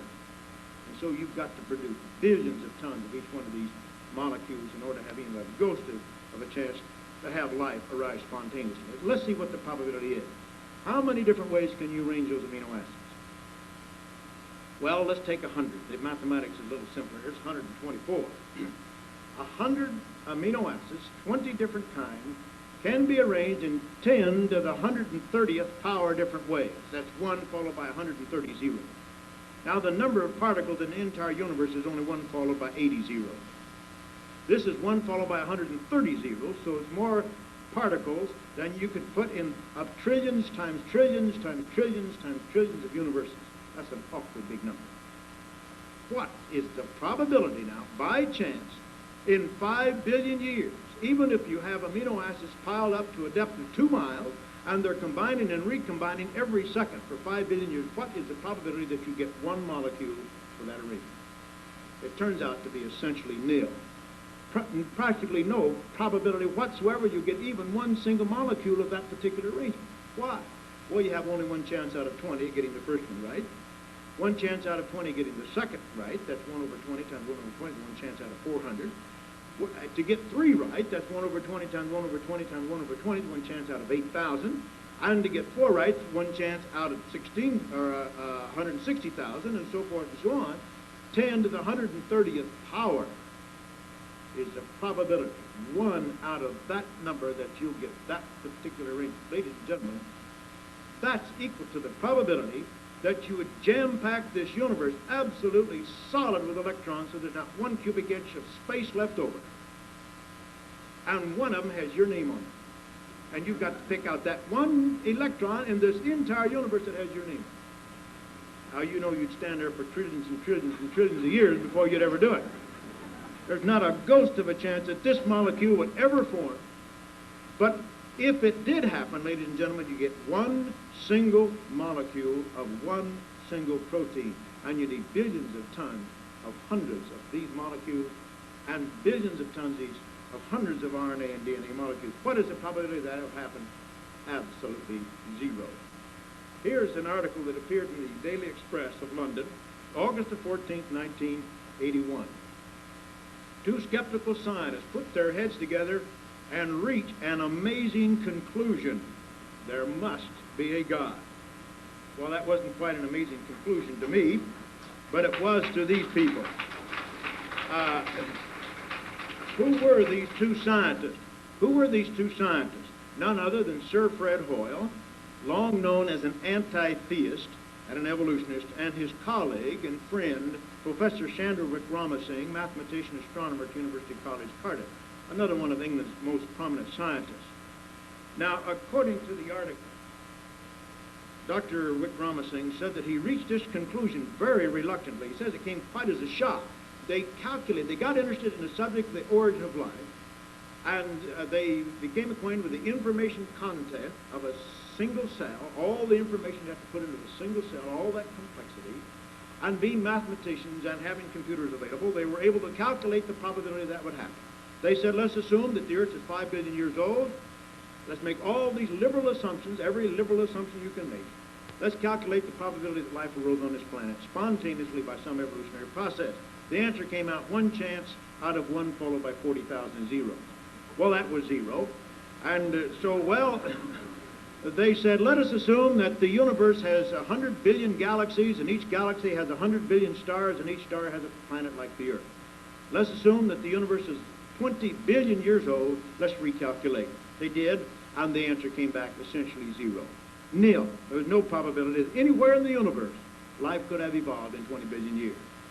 And so they concluded, logically, reasonably, scientifically, quote unquote, that life was created. Life had to be created, therefore there must be a God. They could exclude the other possibility, the only other possibility of evolution that is excludable. It could not have happened. Therefore they concluded life was created, and therefore there must be a God.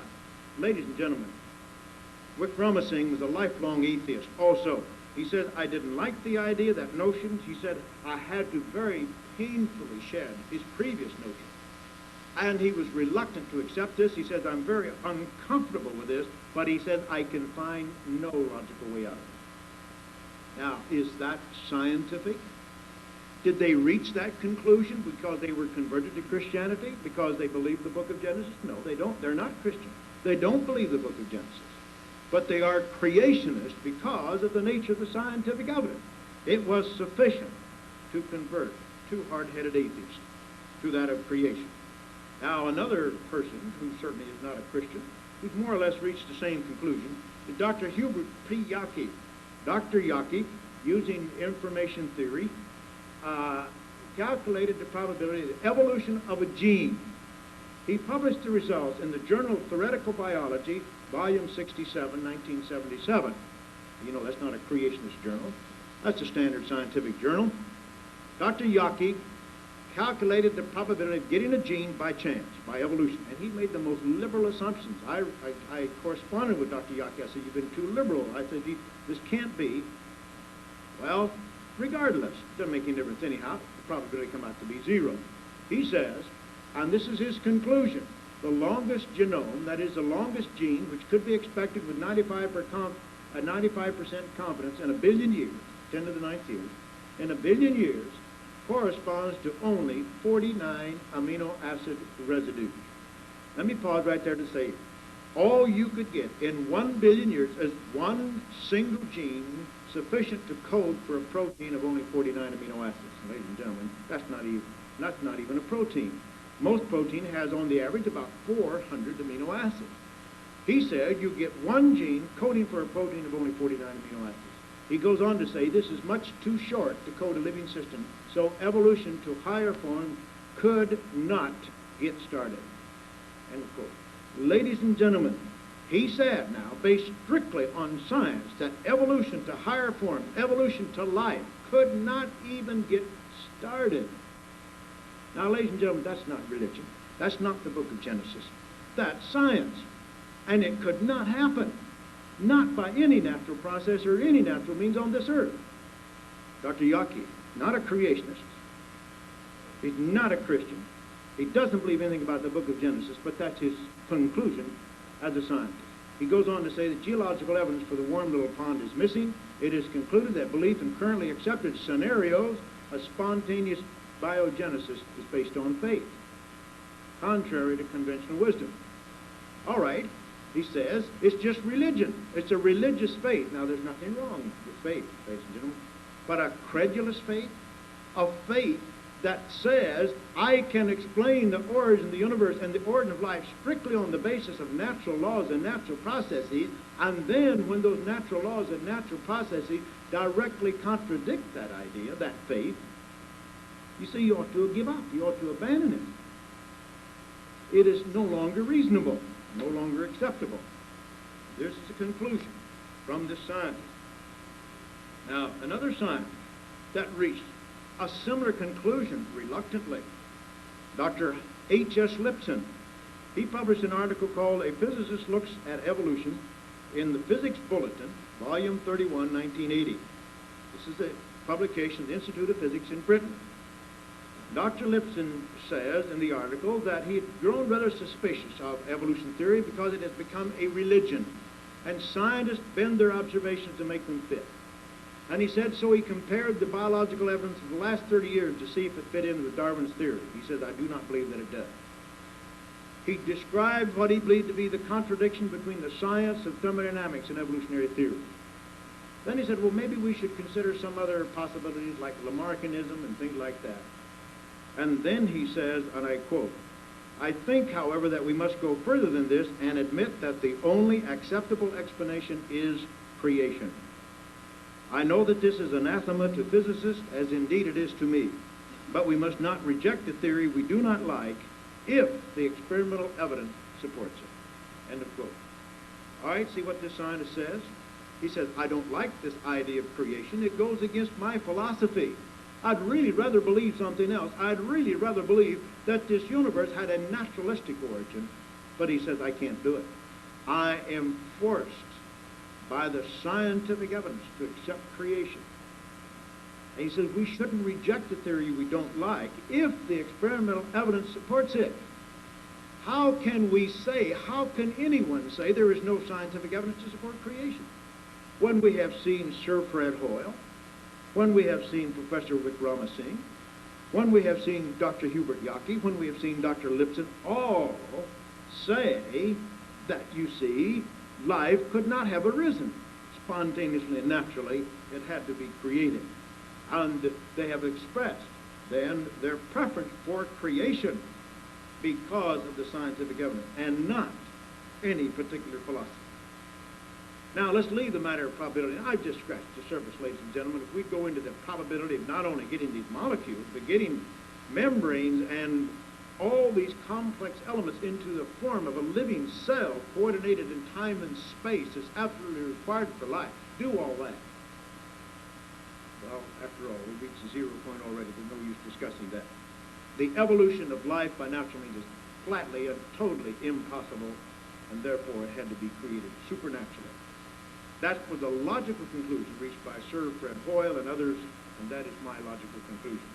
Now, there is a law of science known as the second law of thermodynamics. Now, this law says many things. There are many consequences of this law. And I really don't care whether it's a law or not. It's just common experience, just what you see when you go out and take a look at the world. Everything in this universe tends to go in a certain direction. Now, according to the theory of evolution, there would be a tendency to go from disorder to order, from simple to complex. That must be the tendency if this universe has created itself, if life has arisen spontaneously, if some little single-cell organism began to make mistakes and ended up as man, then there must be something in that matter that just programmed it that way. Well, let's see what the program is in matter. Let's see what Isaac Asimov has to say. This is taken from the Smithsonian Institute Journal, June of 1970. Dr. Asimov says, and I quote, another way of stating the second law, then, is the universe is constantly getting more disorderly. Viewed that way, we can see the second law all about us. We have to work hard to straighten a room, but left to itself, it becomes a mess again very quickly and very easily. Even if we never enter it, it becomes dusty and musty. How difficult to maintain houses and machinery and our own bodies in perfect working order. How easy to let them deteriorate. In fact, all we have to do is nothing. And everything deteriorates, collapses, breaks down, wears out all by itself. And that is what the second law is all about. And of course, all right, ladies and gentlemen, if that is what the second law of thermodynamics is all about, then we can see that evolution is indeed in very deep trouble. Everything in this universe, from the scale of the galaxies to the level of stars, stars are burning out, exhausting their fuel. Clusters of stars are dispersing. Clusters of galaxies are dispersing. The rate of the rotation of the Earth is slowing down. The magnetic field of the Earth is decaying. Our bodies, our machines, our houses wear out. And atoms decay. Everything goes in that direction, naturally and spontaneously, in this entire universe. There is a universal natural tendency to go from order to disorder, from the complex to the simple.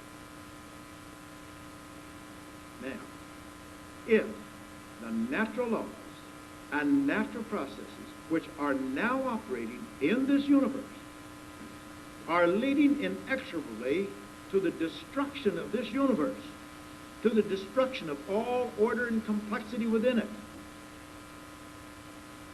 how could those same laws, those same processes have created it in the first place?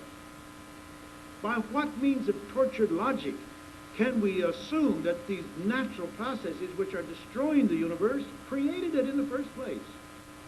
When the total natural way, the natural way is to go downward, to decay and deteriorate.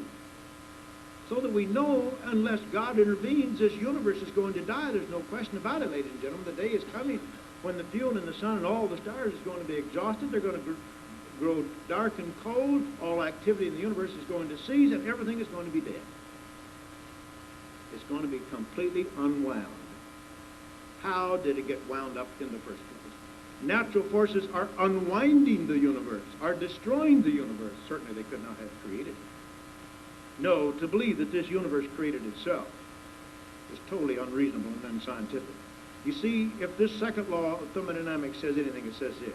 If you have an isolated system, now listen carefully, don't say that I've failed to mention the matter of open and closed systems. The universe, according to the evolutionary view, is an isolated system. Whether God exists is immaterial. Nobody did any work on this system. Nobody brought anything in from the outside. It's a closed system, an isolated system, which transformed itself from a state of initial chaos and disorder to a universe which is now obviously very highly complicated, very highly ordered, very highly complex, with incredibly complex living things. The second law of thermodynamics says that is absolutely impossible. The second law of thermodynamics says if you have an isolated system, that system must inevitably deteriorate with time. It will become more random, more disordered. Never, never, never will it become more ordered, more complex, more highly structured. Never. That is a law of this universe. But the evolutionists, directly contradicting this natural law suggests that the universe started in a state of chaos and created itself in the present highly ordered and complex universe. Ladies and gentlemen, that's just flatly impossible. That cannot happen. And to believe that is not science. Now, what is science and what is pseudoscience? I'll tell you what pseudoscience is. Pseudoscience is believing that this universe created itself. That's pseudoscience. Because it is directly, well, it's worse than pseudoscience, it's anti-science, because it is directly contradicting the laws of science.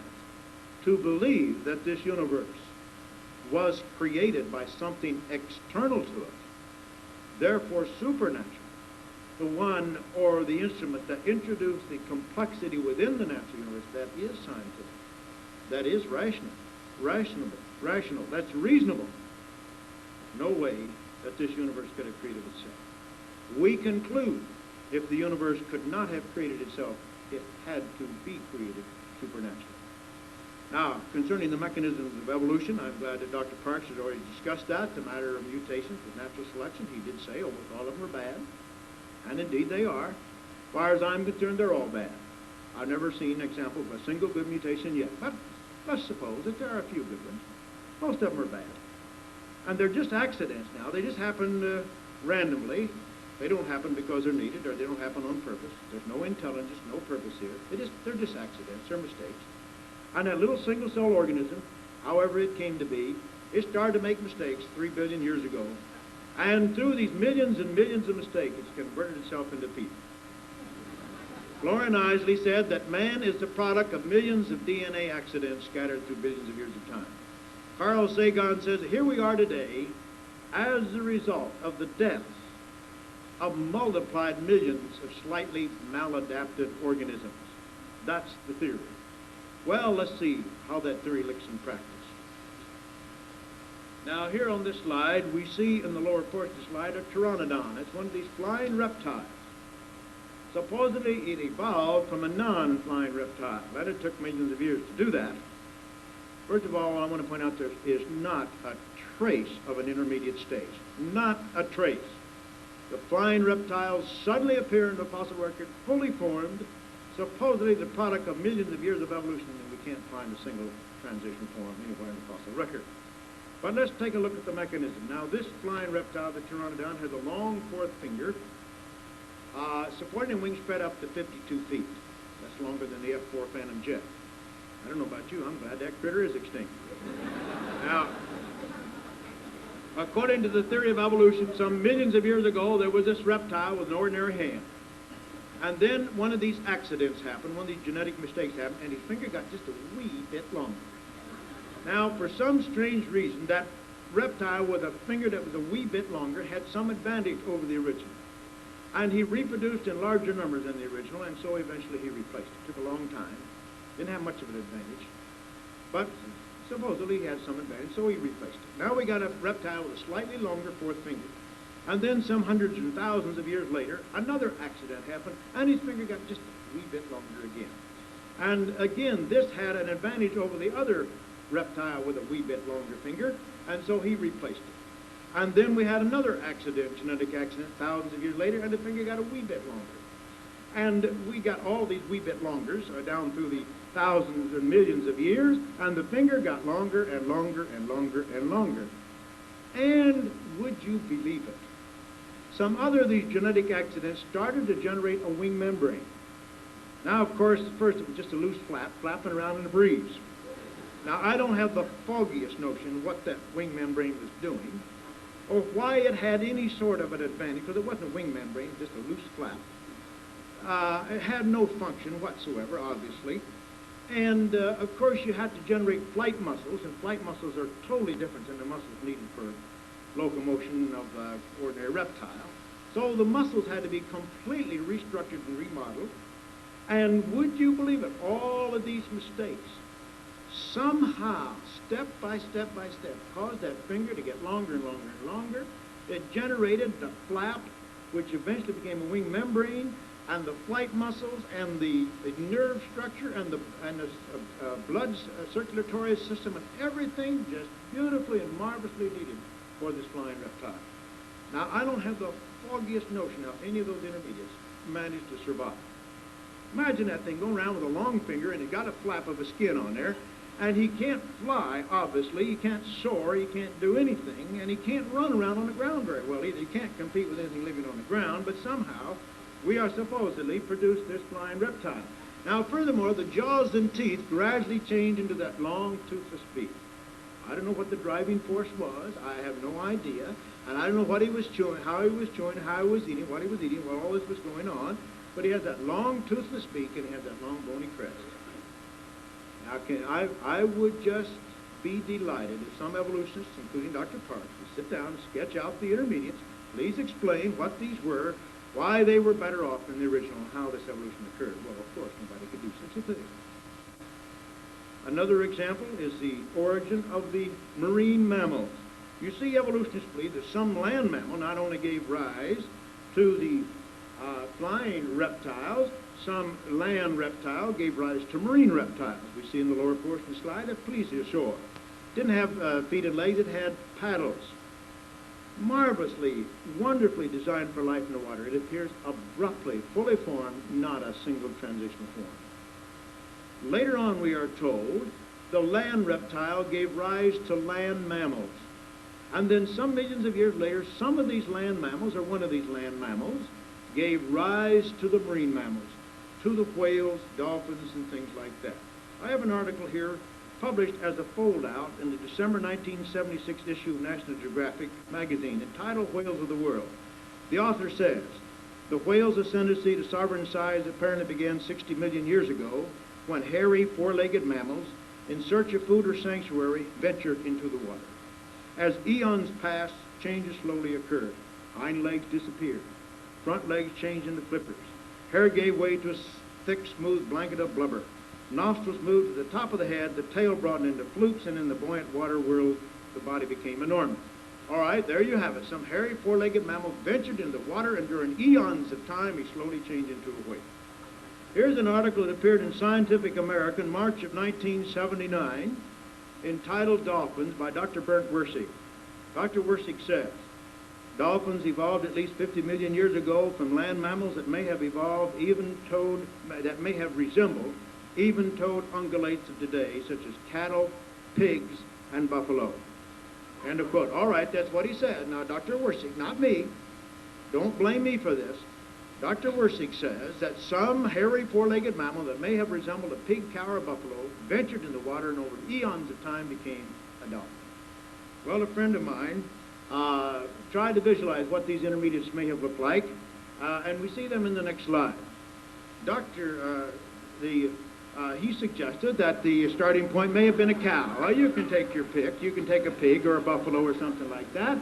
We see the hairy four-legged mammal ventured in the water. Her tail broadened into flukes. Her hind legs disappeared. The front legs changed into flippers. And finally, we ended up with the whale. Now, I suppose if we had a failure right here, we'd just call it an utter failure. But fortunately, everything worked out, and we ended up with a whale. Now, ladies and gentlemen, you see, when you take actual examples of supposed evolutionary changes and try to imagine what these intermediates look like, you can't even imagine. I'll just say this. If somebody doesn't like these suggested intermediates, that's fine. I'd like to see yours. What do you think the intermediates look like?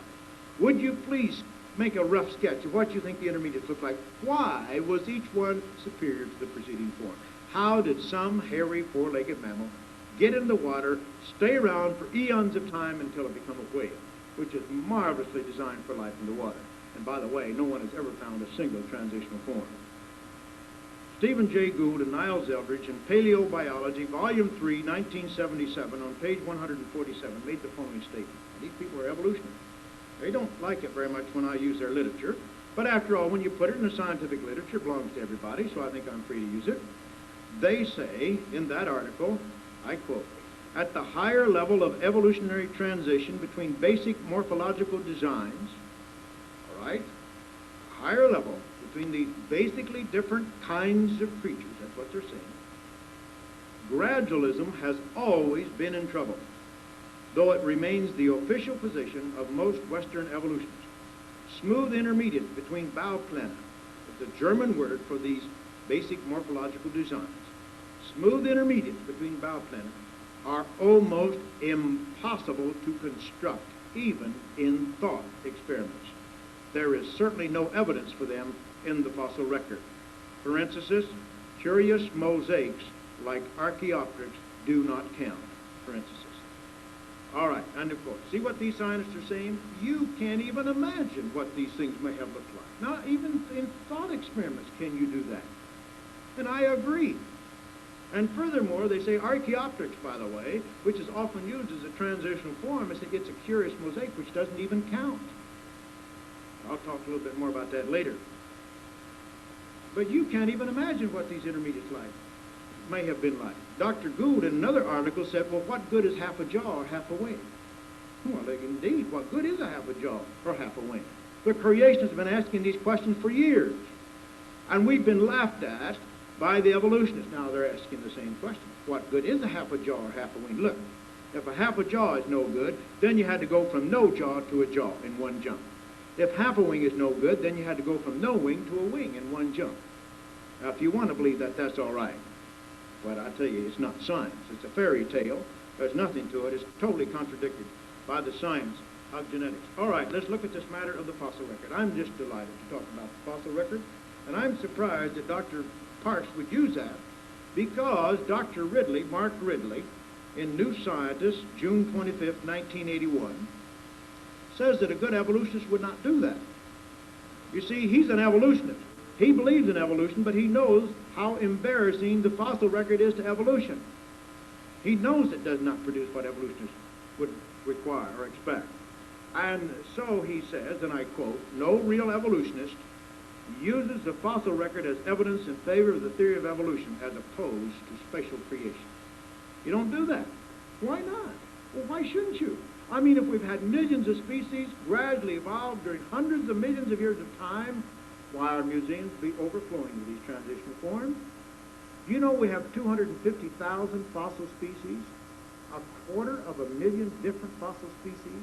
We have millions of fossils in our museums. We have a tremendously rich fossil record.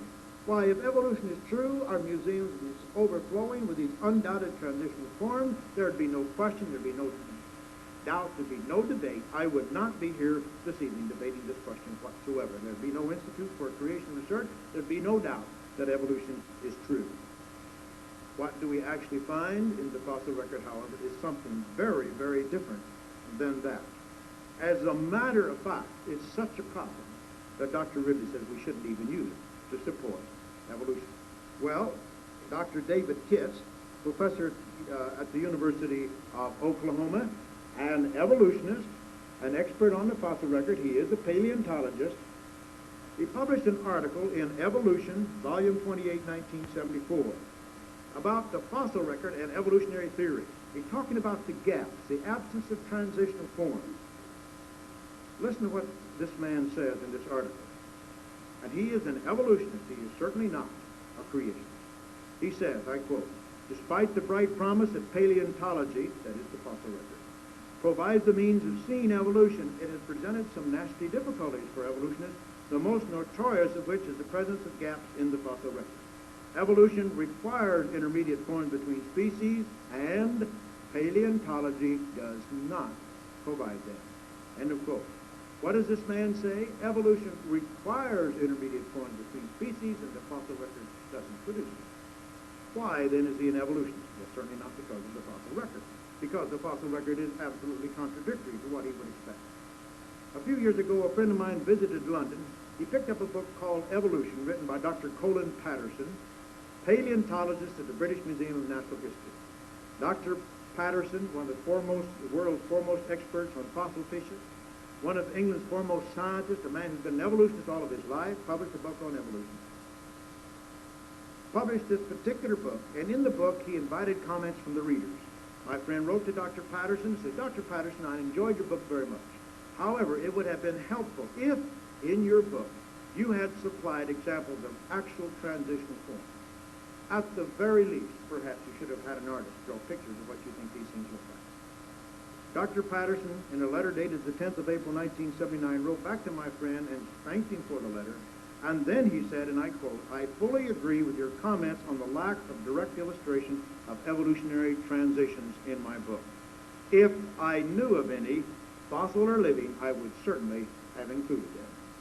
End of quote. All right, what does he say? You're right, there aren't any transitional forms in my book, but if I had known of any, I certainly would have put them in there. But I don't know of any, you see. Now, isn't that amazing? He's sitting among one of the greatest collection of fossils in the world, and he says, frankly, I don't know of any transitional forms. And he goes on to say, "You suggest an artist should be asked to visualize this transformation, but where would he get the information from? I could not honestly provide it. And if I were to leave it to artistic license, would that not mislead the reader?" Yes, indeed it would. Very much so. He refused to do so. He has no transitional form. Here is a statement by Lord Zuckerman, Dr. Solly Zuckerman, for many years, the head of the Department of Anatomy at the University of Birmingham in England. Lord Zuckerman was first knighted, became Sir Solly Zuckerman, later raised to the peerage for his distinguished scientific career. Much of that scientific career was spent in the search for man's fossil ancestry. He spent many years studying the Australopithecines, and which are now supposed to be the central figure of man's evolution. After many years, during which time he had a scientific team available at his disposal, and even though he himself is not a creationist, after these many years of research and the search for man's fossil ancestry, Lord Zuckerman makes the following statement in his book, Beyond the Ivory Tower, published in 1970. On page 64, Lord Zuckerman says, and I quote, No scientist could logically dispute the proposition that man, without having been involved in any act of divine creation, evolved from some ape-like creature in a very short space of time, speaking in geological terms, without leaving any fossil traces of the steps of the transformation, end of quote. Now listen, see what this man said? He says, if we exclude the possibility of creation, then obviously man must have evolved. But if he did, he hasn't left a trace of that evolution in the fossil record. Lord Zuckerman is saying there is no evidence in the fossil record that man has evolved from an ape-like creature. He says no scientist could logically dispute that proposition. Now, maybe Dr. Parks will dispute that proposition. But Lord Zuckerman, according to his view, after his entire lifetime of research, says that no scientist could logically dispute the fact that if we exclude creation, then he did evolve. But if he did, he hasn't left a trace of that in the fossil record. Well, let's take a look at some of the examples. Here is the Australopithecus, Australopithecus robustus. This is the skull found by Dr. Louis Leakey, what he calls Ginjanthropus, or East Africa man. Originally discovered in 1924 by Dr. Raymond Dart. And Dr. Donald Johansen has his Lucy. He has discovered a remnants of many creatures in Ethiopia, to which he has given the name Australopithecus afarensis. All of this one type, this one genus, Australopithecus. Now, Donald Johansen says that his Lucy was totally ape from the neck up. She had the jaws, teeth, face, and brain of an ape. As a matter of fact, he said when they reconstructed the skull, it looked like a small female gorilla. Nevertheless, he claimed that these creatures walked upright. And so we have something on its way to becoming people, you see. Well, from the appearance here, you can see it was obviously grossly ape-like. This is not Donald Johansen. This is Louis Leakey. But the thing found by Louis Leakey and those studied by Lord Zuckerman and Dr. Charles Oxnard supposedly are about 2 million years younger, more recent than the fossils discovered by Don Johansen. Therefore, they should be more modern. They should be more man-like than the creatures discovered by Johansen. Johansen says that his creature was totally ape from the neck up, but it walked upright.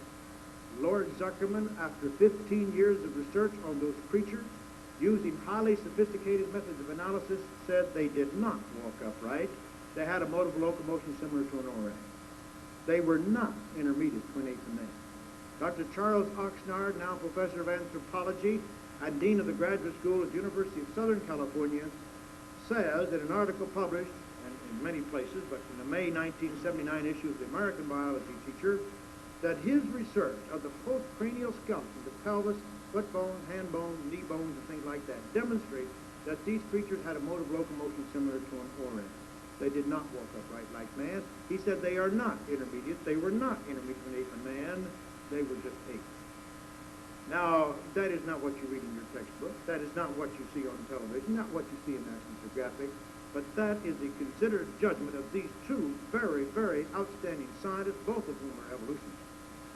After many years of research, I believe that their analysis is far better, far more scientific, far more credible than the ex-cathedra statements of Don Johansen.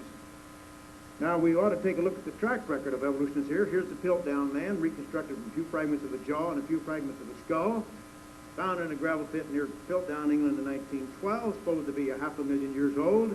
supposed to represent some sort of an intermediate form. It was demonstrated in 1950 to be a hoax. Someone had taken the jawbone of a modern ape, the skull of a human, had doctored up those bones, planted them in the gravel pit, and fooled the world's greatest authority. Why had the fraud succeeded? For one reason only. This is what evolutionists expected to find. This is what they wanted to find. This is what they thought they ought to find. And so they were badly fooled by a very poor fraud. As a matter of fact, it succeeded because of the powerful influence of their preconceived ideas. In 1922, a single tooth was discovered in western Nebraska, brought to the attention of Henry Fairfield Osborn and other leading experts of that day. They were very excited by the discovery of this tooth. They felt that it had certain characteristics that they would associate with some primitive man, some intermediate form between ape and man. The Illustrated London News had their artists draw a picture of this creature based upon the descriptions of these scientists. We see that here in this slide. There we see the man, the Nebraska man as he was called, Nebraska man, his wife, the tools that they were using, all based upon that single tooth. Well, science is really a fascinating subject, isn't it? Well, a few years later, they found the remainder of the skeleton of that creature. He turned out to be neither an ape-like man nor a man-like ape. He turned out to be a pig. That's right. It was a pig's tooth. Now, my point is this. If evolutionists can get something like this from a pig's tooth, then it's not much of a challenge to get something like that from a fragment of an ape or a monkey. And here we see the early version of Neanderthal man as a subhuman, long-armed, knuckle-dragging, beetle-browed, stoop-shouldered, bow-legged subhuman. Well, it turned out that all of these so-called subhuman features, and he was called Homo neanderthalensis, subhuman, all of those turned out to be pathological, results of arthritis, vitamin D deficiency, or rickets, and other diseases. And today he has been upgraded to Homo sapiens, humans, like you and I. And here is the modern version of the Neanderthal man from the American Museum of Natural History. About 20 years ago, a couple of scientists published an article when they said, well, now, really, if you take Neanderthal man, give him a shave and a haircut and a bath, and put him in a business suit, no one would take a second look. Well, that was 20 years ago, and of course, today you wouldn't have to give him a shave or a haircut.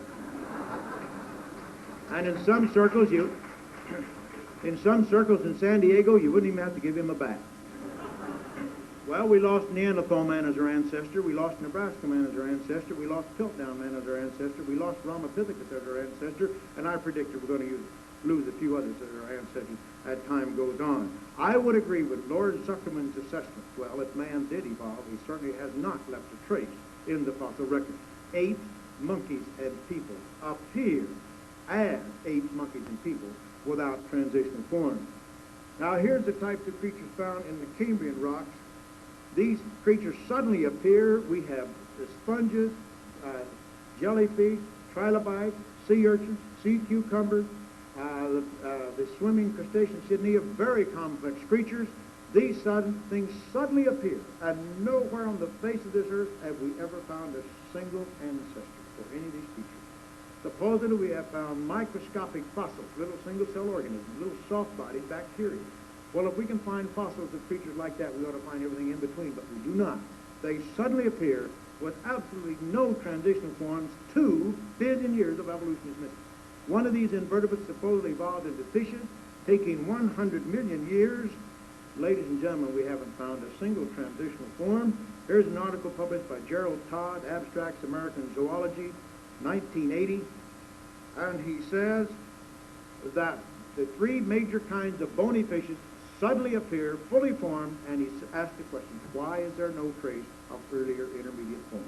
Well, ladies and gentlemen, I've run out of time. Just let me say quickly in summary, I believe the evidence from science, from thermodynamics, from laws of probability, from genetics, and from the fossil record tells us, in the beginning, God created. Thank you.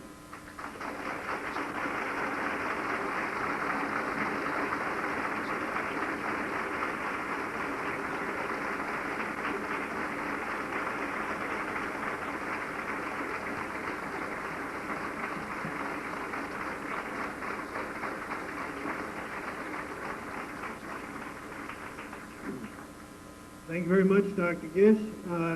We're going to take a break now. I think everybody needs to stretch. We will be back, let us say, at 9:15 for the first rebuttal. Now, as As we take this break, I will be circulating around with some index cards. If you have questions for the final portion of the meeting, please ask me for a card and I'll give you one.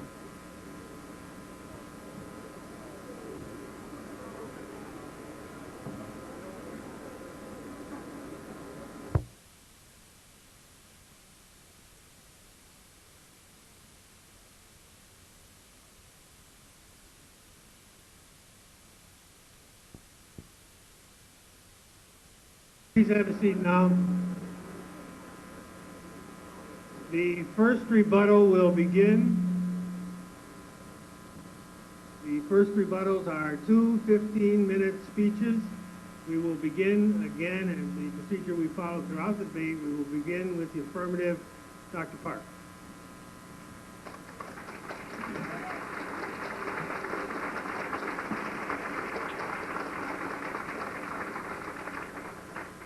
Thank you very much. You just heard a very, very impressive, well-delivered talk. I mean that very seriously. I don't think Dr. Gish screwed up one sentence, and I know I screwed up a bunch of them. I certainly can't name all the amino acids, and I give to him the award for the best pun of the evening on the utterly ridiculous, however it went. Dr. Gish and the pro-creationists are very, very good at speaking. Dr. Gish also, I'm sorry, I was totally unintentional. Dr. Gish also did exactly what I told you he would do. His position was entirely based upon a supposition that was outside of science. Dr. Gish said, and I'm sorry I can't write fast enough to get the exact quote down, but he said that if you can't exclude God, then the answer to all of these problems must be a creationist explanation. On the other hand, he also stated that although perhaps evolutionists are not all atheists, that evolution is atheistic. That's simply not the case. The two did not have that kind of either-or relationship with one another. Evolution does not exclude God. It excludes Dr. Gish's version of God. It must be very nice to know precisely what God did with the fossil record, with life on Earth. There are a number of other versions of a creationist explanation that are espoused by literally thousands of different religions and different philosophies around the world. Dr. Gish is giving you one version of simultaneous creativity and a rather young Earth. That idea of excluding God if you believe in evolution, or you cannot exclude God, creationism, as presented by Dr. Gish, must be the answer. It doesn't hold much water, as far as I can see. He also spent an awful lot of time refuting an evolutionist point of view. It's one of the mechanisms used by pseudosciences. And I'm sorry I didn't specifically mention that before. But in many cases, beliefs such as the flat Earth theory and so on, and I don't mean to equate the two. The creationists are not flat earthers. I don't think anybody's a flat earther anymore. But one of the ploys used is to try to refute the opposition point of view and therefore claim that your point of view is somehow strengthened because of that. Dr. Gish said, and this is as direct a quote as I can get, he said, how can you say there's no support for the creationist point of view if evolution is impossible? That doesn't work. You may prove evolution is impossible, but you certainly don't support the creationist point of view by proving, at least that creationist point of view, by proving that the evolutionary point of view is impossible. Okay, now, down to specifics. There was a lot of material in that talk. That was a fact collection talk if I ever heard one, but it was well presented. I don't mean to take anything away from my opponent on that point. Let me try to stick with the things that I know best. And then if I have time, I will try to cover some other things and hope that maybe you'll ask some questions about them in the question and answer period. I don't really have much of a feel for how long 15 minutes is. It was interesting that Dr. Gish thought he poked holes in the human fossil record by bringing up good old Piltdown Man and the good old Nebraska Man. Well, yes, Nebraska Man was in fact a pig's tooth.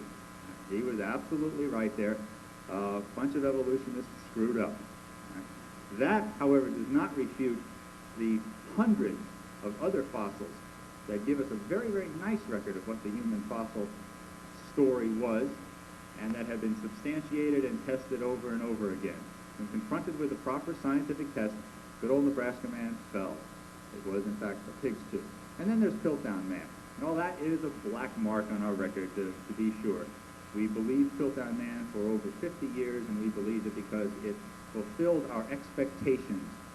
It was exactly what, in 1912, we wanted to find, and somebody forged it, somebody found it, nobody knows to this day who did it, and it fit our expectations so nicely that it was not discovered, the fraud was not discovered for over 50 years.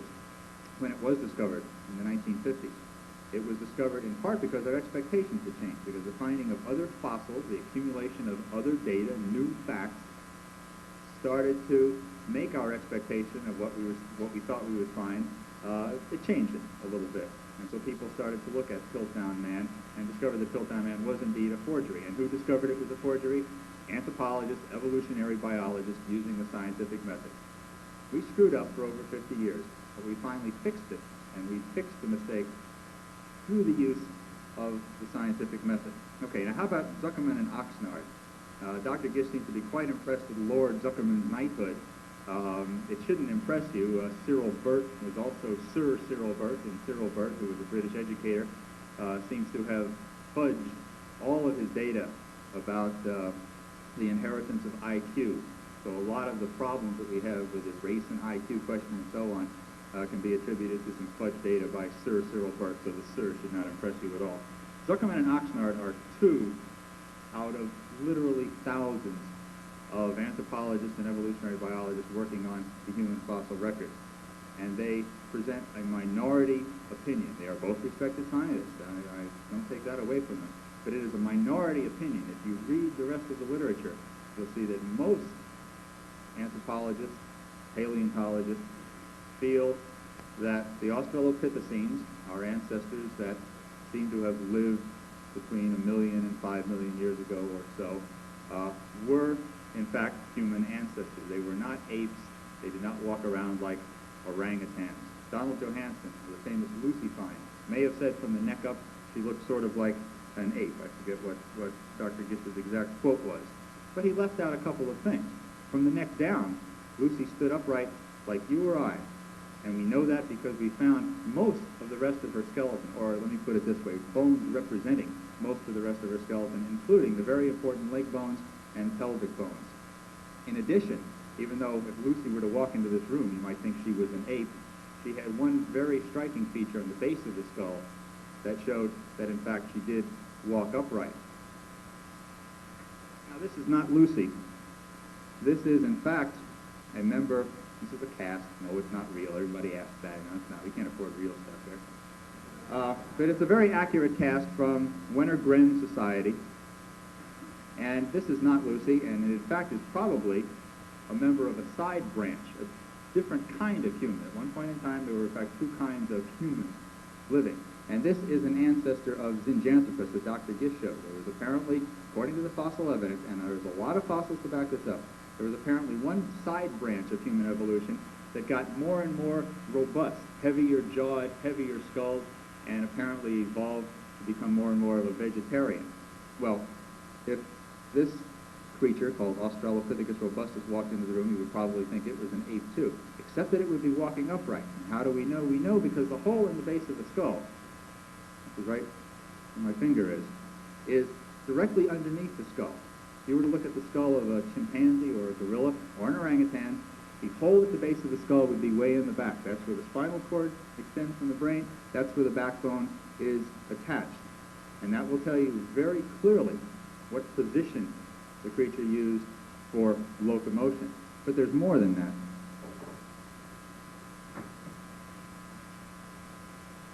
This is real. Okay, I brought something real to show you. This is the pelvic bone of a chimpanzee. The pelvic bone of an orangutan looks very similar to this.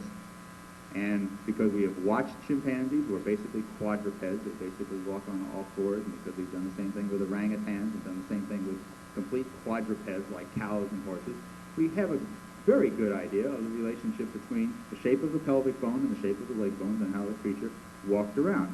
This is the pelvis of a chimpanzee. This is the pelvis, this one's real, of a modern human being. Now, I'm not going to give you a lecture on anatomy, but it's very clear, it should be obvious because we're all walking around, that this is the pelvis of a biped, something that stands upright. Okay? Let's see if I can hold these without dropping them. Here's a cast of the pelvis of one of these Australopithecines. It's not Lucy. In fact, it's younger than Lucy. And it matches much more closely the pelvis of the modern human. And anatomical analysis has shown that this creature, in fact, walked completely upright. It was a habitual biped. It means it walked upright all the time, not just sometimes, like a chimpanzee. So Lucy may have been kind of ugly by our standards, but she walked upright about 3.5 million years ago. Oxnard and Zuckerman have other opinions on it, and they are entitled to them, and they are using science. Right? No doubt about that. But they are a minority opinion, right? And they are in a clear minority opinion as far as this is concerned. Okay, what else? Well, let's see. There are a bunch of things I could mention, but I always like the second law of thermodynamics. That always seems like a good one to bring up because that's what Dr. Gish says absolutely disproves evolution. It makes evolution, in his words, impossible.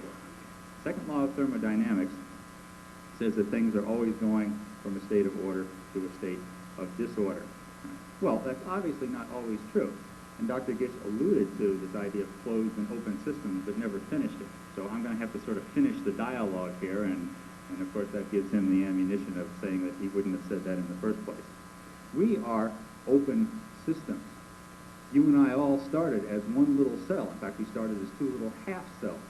And now we are made up of a couple hundred trillion cells of several hundred kinds, as Dr. Gish pointed out. That's certainly organization from a lack of organization. And why? Because we are an open system. We take in energy. When we die, we will become a closed system, and we will break down. We will go from order, at least our body, we will go from order to disorder. Now, Dr. Gish has a rebuttal to that. He will say, well, actually, all systems are open systems, and energy is always coming into a system. And the reason that these open systems can go from disorder to order is because, one, they're taking in energy, but secondly, he will tell you that the second law of thermodynamics says that there must be an energy conversion mechanism and a code. And that is absolutely true for us. We have energy conversion mechanism in our cells. We have a code. It's called a genetic code. That's how come your cells divide. That's how come your cells do the things that they are supposed to do. Unfortunately, that's not the second law of thermodynamics. That's a version of the second law of thermodynamics, but that's not what thermodynamics actually says. Open physics books or chemistry books, or you find it in a whole bunch of books, and read what the second law really says. Now, if you're like me and not a specialist in those areas, you may have a little bit of trouble with it, because actually the second law of thermodynamics deals with heat transfer. But all the second law says is that closed systems go from order to disorder. The whole universe is a closed system. It's winding down. The sun will die, the other stars will die, the earth will eventually die, so will we. It says nothing, however, about any kind of energy conversion mechanism. It says nothing about a code. It predicts, in fact, that in an open system, therefore, when energy is coming in, it's perfectly okay to go from disorder to order, and there are plenty of examples of a trend or a tendency going from disorder to order without any kind of code. How about, and there are a bunch of examples here, how about snowflakes, for example? A snowflake is more complex than a bunch of molecules of water. And snowflakes go from disorder to greater order. And they do it without a code. Yes, certainly it's inherent in the nature of water that when it gets cold it forms a crystal. But every snowflake differs. There is no code for precisely what kind of crystalline snowflake structure is formed. There's no need for an energy conversion mechanism. Snowflakes don't have them. There's no need for a code. Snowflakes don't evolve, I'll use it, with any sort of code. In fact, they do not in any way disrupt or dispute the second law of thermodynamics. It just says that if you have an open system with energy coming in, you can go in the opposite direction, from disorder to order. Or how about, take a chemical example, so I don't run out of time. If you take hydrogen cyanide, I know Dr. Gish has heard this one before. We've all heard most of what each other is saying before. If you take hydrogen cyanide and zap it with a little ultraviolet light, you will produce a chemical which is more complex than hydrogen cyanide called adenine. And there's no code there for doing that. You're just putting energy from ultraviolet light onto a chemical, and you're getting another chemical which is more complex. And adenine, A-D-E-N-I-N-E, is, of all things, basically one of the 4 letters of the genetic code. That's an aside. That's not really so important. It's just a cute little added attraction. But the point is that the second law of thermodynamics, as often expressed by Dr. Gish, is not what the second law of thermodynamics said. It does not make evolution impossible any more than it makes you and I being here impossible. Right. That's it? Okay. Thank you, Dr. Park.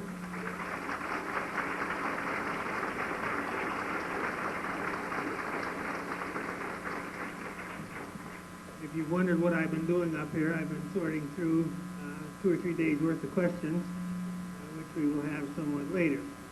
Now we have the second 15-minute rebuttal. Let's take a pause here before we begin.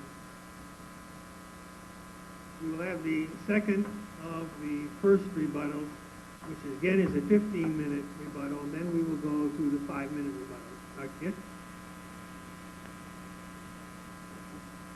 Well, since I've got this slide on, I'll deal with the subject, origin of life, very quickly. In the Stanley Miller experiment, he did generate a few amino acids, only a very few. Let me point out the results are extremely trivial.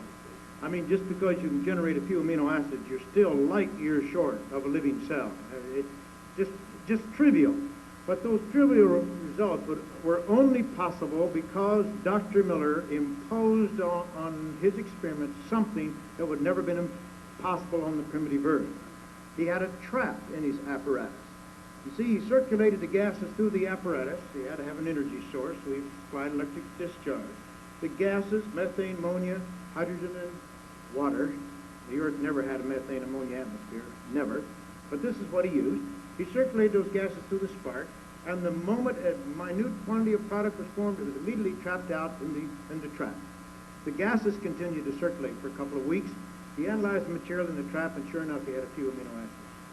Now, the only reason he ever got a detectable amount of product is because he immediately trapped them out to protect them from destruction by the energy source. You see, the rates of destruction of these substances enormously exceed the rate of formation by 1,000,000 to 1, or much worse than that. For every molecule you form, you destroy 1,000,000 or more. The only way you can ever get a detectable quantity of product then is to isolate the product in the trap. But unfortunately, there were no organic chemists on the primitive Earth with their trap. You had the material forming in the atmosphere, filtering down to the water, to the ocean, and before it could reach the ocean, almost all of it is destroyed, and its instability in the ocean is so tremendous that it is rapidly destroyed in the ocean. You could never get a detectable quantity of amino acids, sugars, or anything else without the trap. But there were no traps. There's nothing you can conceive on the primitive Earth that would have been a trap. But if you could, that is also fatal to your theory of the origin of life. Why? All right, you isolate your amino acids in the trap. Okay, now you've preserved them. You've removed them from the energy source. They are not destroyed. Oh, they get destroyed. This takes a little longer. But you protected them from the destruction by the ultraviolet light or whatever. But you see, that's the end of the line. You can't go any further.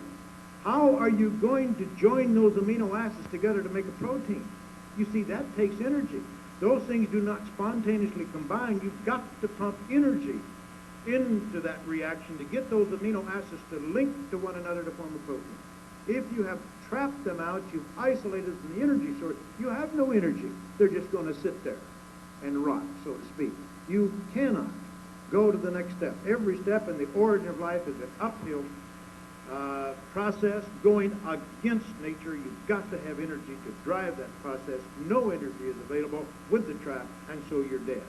And that led Hull in 1960, Dr. D.E. Hull in Nature, he said, the physical chemist, guided by the proved principles of chemical thermodynamics and kinetics, cannot offer any encouragement to the biochemist who needs an ocean full of organic compounds to form even lifeless coacervates. He said, based upon proved principles, ladies and gentlemen, of chemical thermodynamics and kinetics. You can't get anything like that. Now, ladies and gentlemen, this is not based upon what we don't know, what we may discover in the future, anything like that. No, this is based upon what we do know. What we do know, we can exclude that possibility. It's very simple, ladies and gentlemen. Whatever energy source you are using, the rates of destruction of even these simple compounds far exceed the rate of formation. And you'll never get a detectable quantity of product, not if you have 500 billion years. And even at that simple stage, we find the origin of life impossible. Now, what about the data on Lucy and the interpretation? Well, I have to go through these slides quickly. Oh, I ought to back up here real quickly. Jeffrey Bourne, based upon some evidence produced by Richard Leakey a number of years ago, suggested that instead of instead of man evolving from an ape or an ape-like creature, apes and monkeys evolved from man. He was the director of the Primate Research Center at Emory University, a very well-known scientist, tremendous credentials, and he said, no, man didn't evolve from the apes evolved from man. Just to reverse. A friend of mine says, well, I'll be a monkey's uncle. Well, you know, isn't it amazing? Evolutionists look at the same data and they come up with diametrically opposed theories. Some say man came from the apes, others say apes came from man. How can that be? Something's got to be wrong here. Well, it was so startling, I thought I'd better get a second opinion.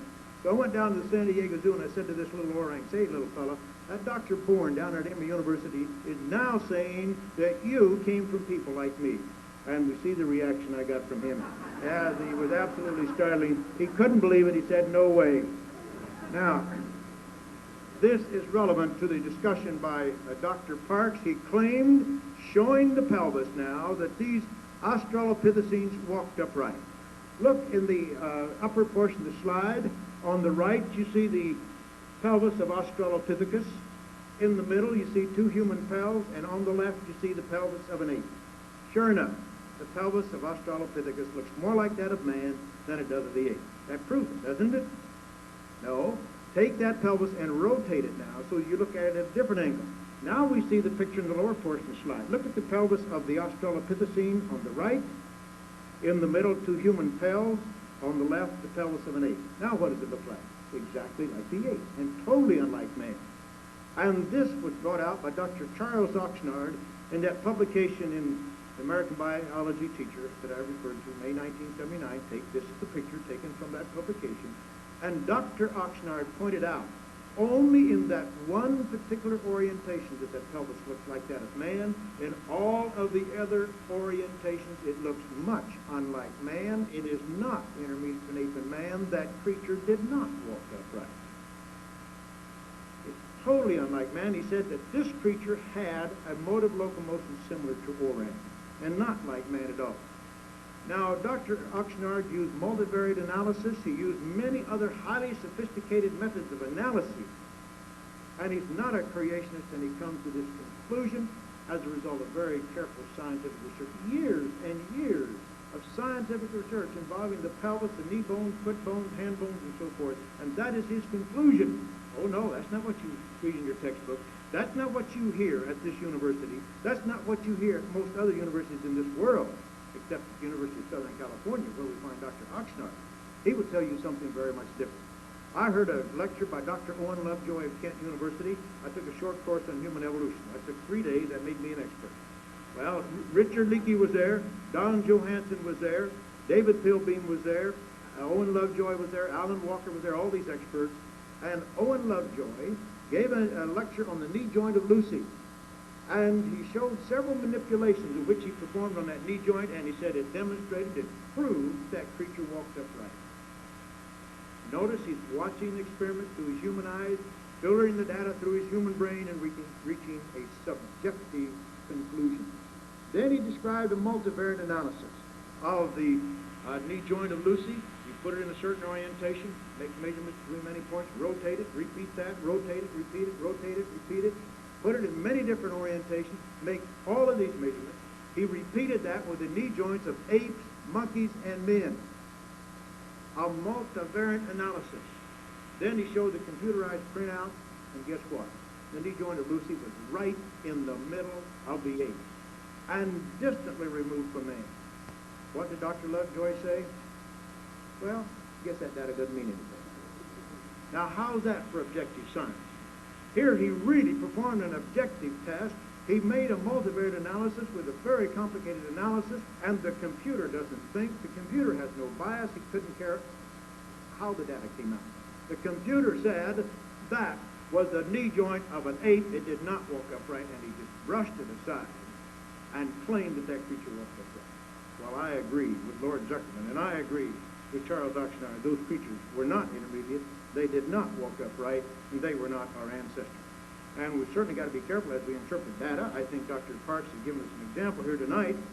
He said the astronauts were floating in space. They were weightless because they were so far up in the air.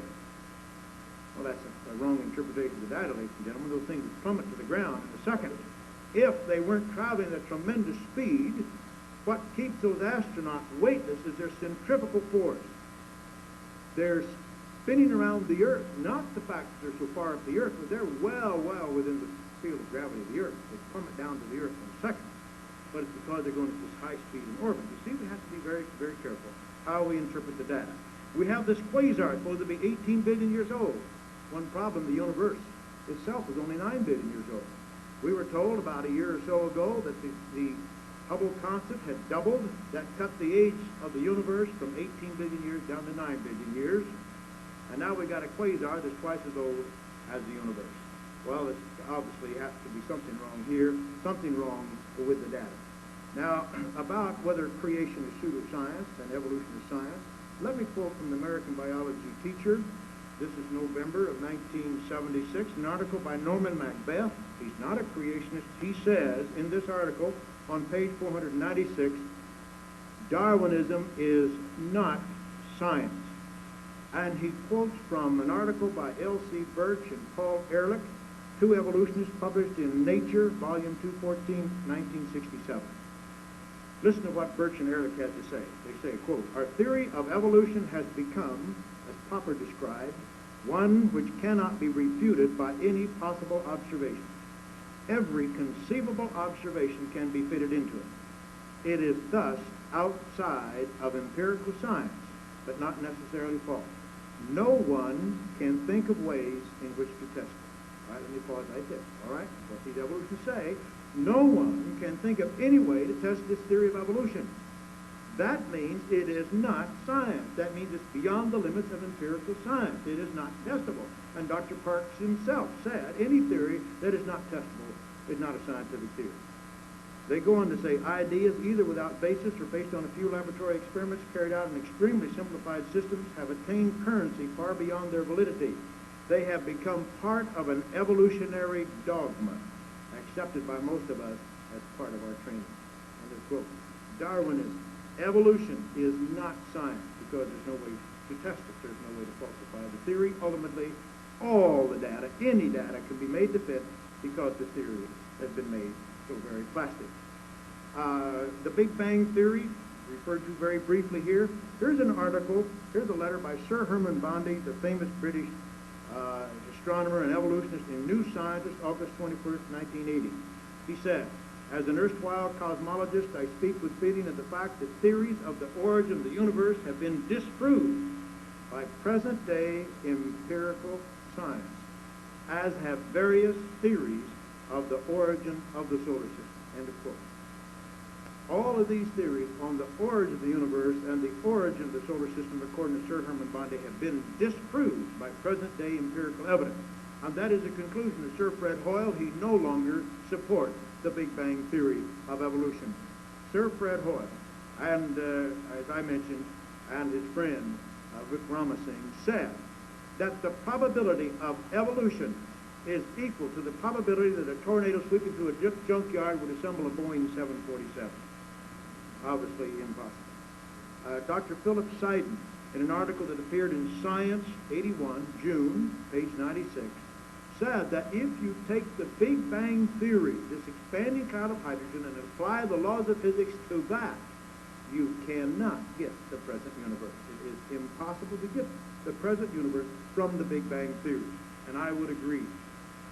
Now, it's been pointed out that the gibbon and the siamang hybridize, produce a fertile offspring, and the banding patterns are very different, and yet chimp and man, the banding patterns are practically identical. You know what's wrong with this sort of analysis? They're looking at the wrong data. Obviously, this data, the way it is interpreted, doesn't mean a thing. According to this data, man and the chimp is the same creature. He hasn't even diverged. He's the same creature. According to this sort of data, well, that's ridiculous. There's a tremendous difference between chimpanzee and man. To identify the difference between chimpanzee and man, they are not looking at the right places. They're looking at the wrong places. They don't even have the data available to compare to chimpanzee. Man, obviously this is true. To use data like that to support evolution is absolutely absurd. That says that there's no difference between a chimpanzee and man. Ladies and gentlemen, there's a world of difference between chimpanzee and man, a monumental difference. Now, the Archaeopteryx, let's see if I can find the slide of Archaeopteryx. Archaeopteryx was a bird. How much time do I have? How much? A minute. All right. There we are. There's Archaeopteryx. Now, ladies and gentlemen, Archaeopteryx had feathers identical to the feathers of a modern bird. There was no difference. I'm sorry, Dr. Park, the statement you made is not true. I've seen numerous statements to the fact that the feathers of Archaeopteryx were identical to the feathers of modern birds, and not only that, they were feathers of flying birds. There's a very distinct difference between the feathers of a non-flying bird and a flying bird. Archaeopteryx had the feathers of a flying bird. It had wings, had perching feet. It was a bird. Yes, it did have teeth. But there were birds who did not have teeth. Some birds had teeth, some didn't. Well, some fish have teeth, some don't. Some amphibians have teeth, some don't. Some reptiles have teeth, some don't. Most mammals have teeth, some don't. Most of you have teeth, some don't. But that does not tell us about ultimate ancestry. Furthermore, we find birds today that have claws. There's the Hoatzin. The Hoatzin has two claws. There's one claw here and one there. There's a modern bird, very much alive and well today, that has claws. Archaeopteryx was a bird. They appeared abruptly without intermediate form. Thank you.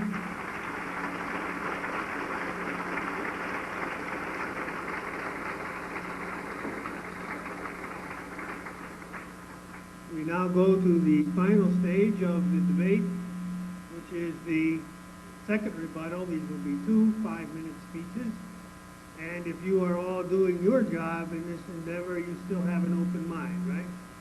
So we will begin now again with, for the second rebuttal, Dr. Park.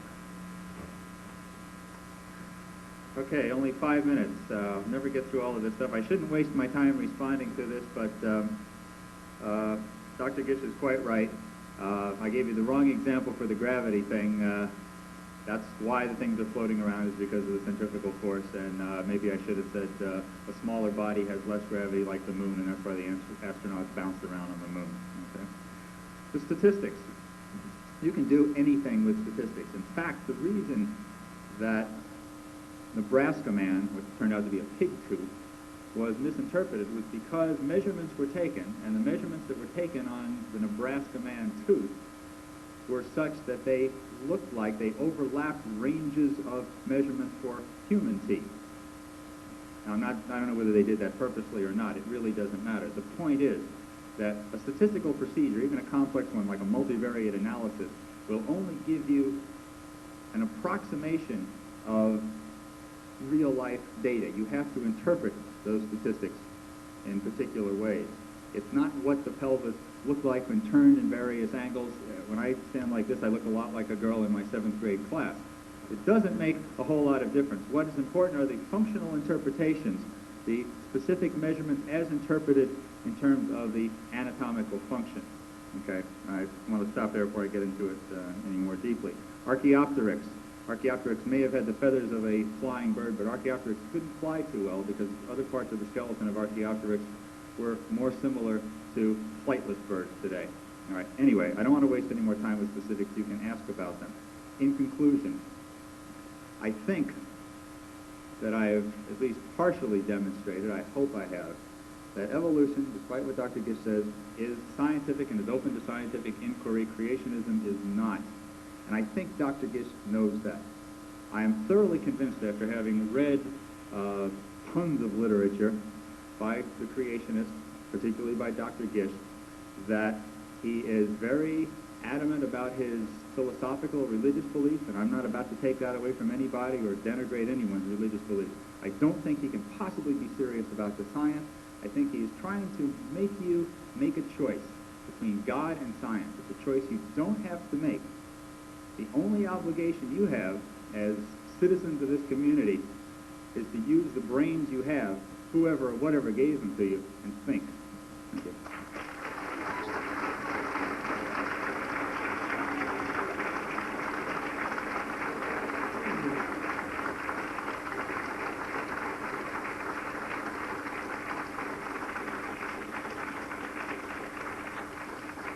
Thank you, Dr. Park, and now Dr. Gish for the final second rebuttal, 5 minutes.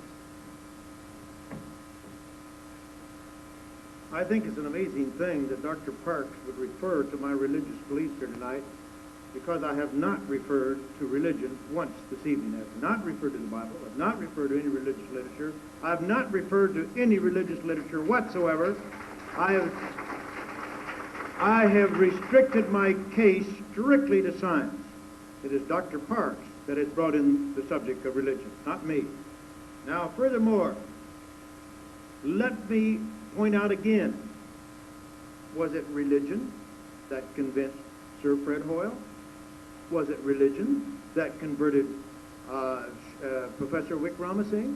Was it religion that led Dr. Lipson to say that the only alternative was creation? Was it religion that led Yockey to say that you couldn't even get a start on the evolution of life? Oh, no, of course not. You know that's not true. They have no such views. The fact is, they said the views that they were forced to accept were really anathema to them. No, it's not religion. And it doesn't make any difference. As I pointed out, what the source of your inspiration was, after all, Kekule got his inspiration for the benzene ring from a dream that he had one night where a snake reached around and grabbed a hold of its own tail. Well, nobody throws out the benzene ring of Kekule because he had such a bizarre inspiration. My case here is not based upon my religious beliefs. It's based upon the facts of science, which demands creation, independent of any other view that I may hold. Now, the second law of thermodynamics, Dr. Park says the snowflake violates our claim that the second law would forbid evolution. Ladies and gentlemen, if Dr. Parks doesn't know the difference between forming a snowflake and evolution, I just cannot help him on that particular point, because there is a tremendous difference between crystallization and evolution. They are going in opposite directions. A snowflake or crystallization is going to a more probable state, to a lower energy level. A crystal is dead, has absolutely no energy. It's gone to the most probable state. It's gone down to a lower energy state. Evolution of life, every step would require the input of energy going to a higher energy state to a lower probable state. And that has nothing to do with the formation of snowflake. And it was stated explicitly by Edith Prigogine, the Nobel Prize winner in physics, who said that crystallization has nothing to do with the problem of evolution, as does, of course, the development of a single fertilized cell in a human. Has nothing to do with the second law of thermodynamics, as Dr. Parks himself pointed out. Why, there's no problem in counting for babies if you have parents, but that's the problem. Where did you get the first parents? You see, that is the problem. Now, well, let me deal just a second or two on this matter of reptiles to mammals. I did not deal with it in my book at that time. Oh, I did in some, but not in great detail. I published an impact article. Each month we publish Acts and Facts, free of charge from our institute.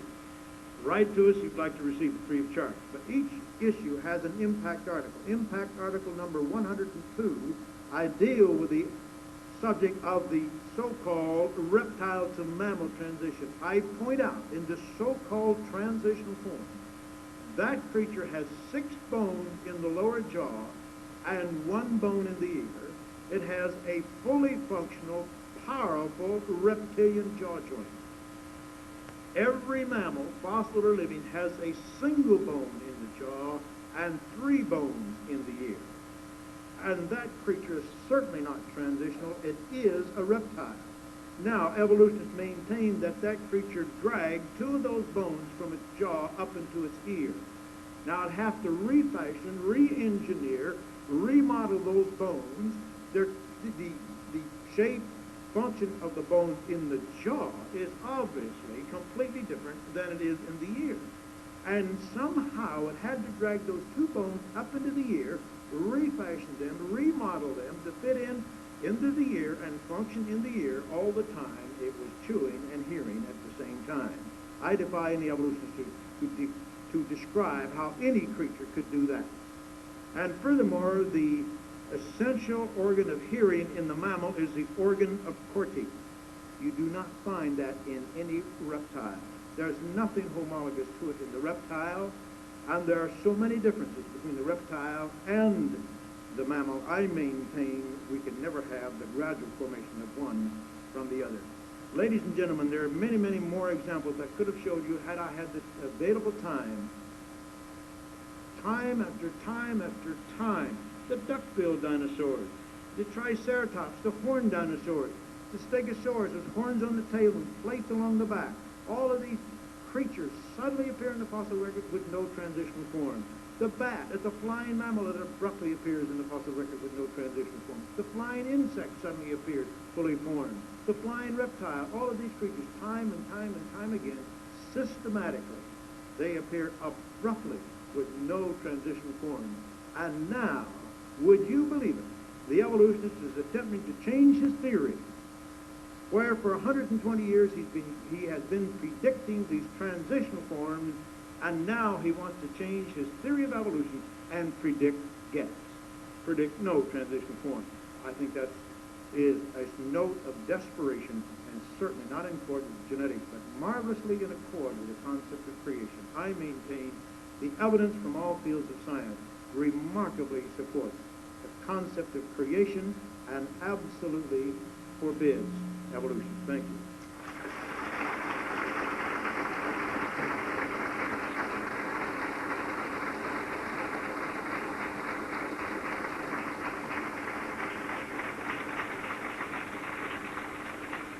Thank you. Thank you, Dr. Gish.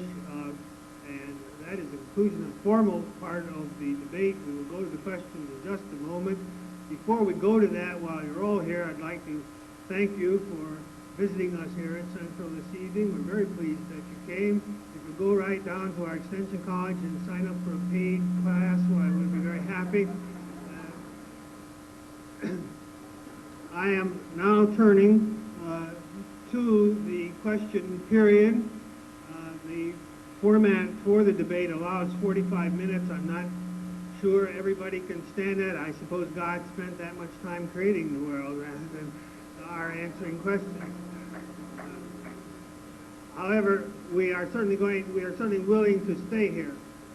This is unfortunately where I come into this thing. I have to sort out the questions.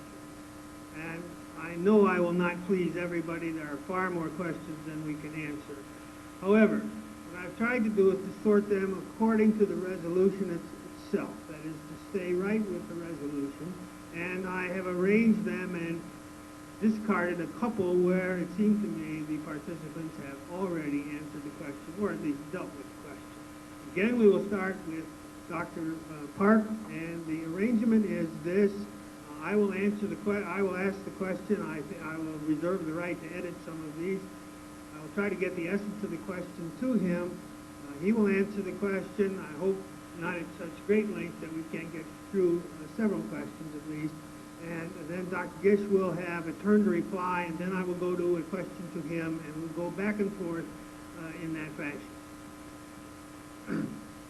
Dr. Park, this audience member wants to know that since, as he understands it, science is an attempt to explain the nature of the universe, and that it is tested in the concept of predictability. The test of a scientific law or scientific theory being its ability to predict future events. And what he is asking, and what many people ask with regard to the theory of evolution, is, does it have predictability? It's a very broad question. I'll try to make it as quick as I can. I'm not sure what you're getting at, whether you're asking whether it has predictability for the future, or whether the pieces of the theory of evolution and the theory of how evolution came about have predictability. And yes, they do. We can predict, for example, what we will find in the fossil record. And we do, in fact, find those things. We can look at the fossil record and predict what genetic forces, genetic processes may explain, for example, the gaps in the fossil record, and then we can go and see if we find those genetic processes. I'm not sure if you could clarify the question. Perhaps I could answer it a little bit more. But the point is that certainly the pieces of the theory of evolution and the theory of how evolution came about, the processes involved, are predictable or predictive. They do give us some predictions as to what facts we may find, what we may find in the fossil record, the geological record in genetics, and it's an open scientific question. We either find those predictions or we don't find those predictions. Now, a retrodiction is not a true prediction. What you see in the fossil record, of course, is a retrodiction. But, of course, creation, based upon creation, we do exactly the same thing.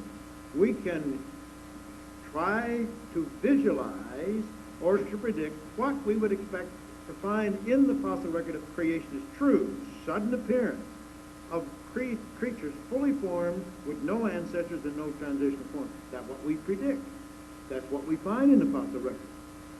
You see, we can do exactly the same thing for creation. And what we do find fits perfectly with creation. Now, as far as the future is concerned, evolution can absolutely predict nothing.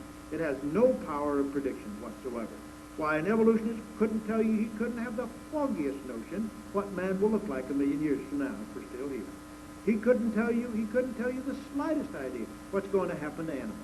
He make absolutely no prediction whatsoever. The evolutionary theory has no powers of prediction whatsoever as far as the future is concerned. It has no powers of prediction. And so I certainly would deny the fact that it has any ability to predict, post-dict, yes, as we do in creation. The next question then is for Dr. Gish. I hope I have the terms right. What do you think about the punctuated equilibrium process mentioned by Dr. Park in explaining gaps in the fossil record? Yes.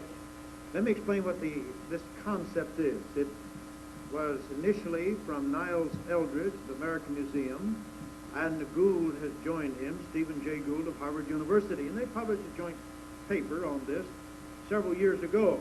They gave us the term punctuated equilibrium. Now let me explain, first of all, it is not a mechanism.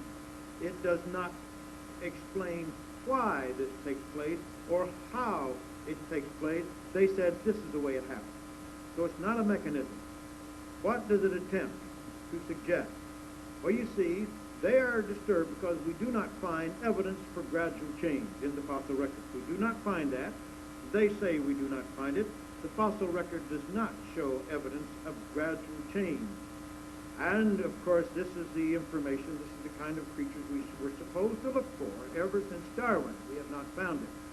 So they say evolution did not proceed slowly and gradually, but it worked by jumps, sudden changes. Now you understand, I'm speaking geologically. On their time scale, 50,000 years would be a very sudden change. They are saying that what we see in the fossil record, a species suddenly appears, fully formed, it sticks around for 5 or 10 million years with no change, it disappears, and is abruptly replaced by another species. And there's no transitional forms.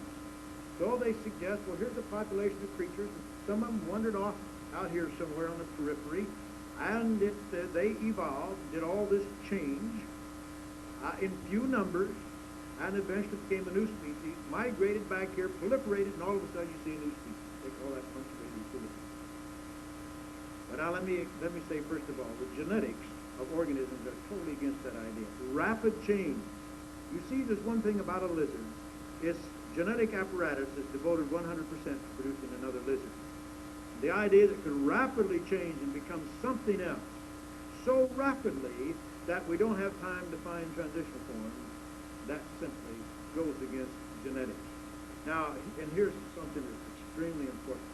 The punctuated equilibria idea explains or suggests why we do not find transitional forms between species.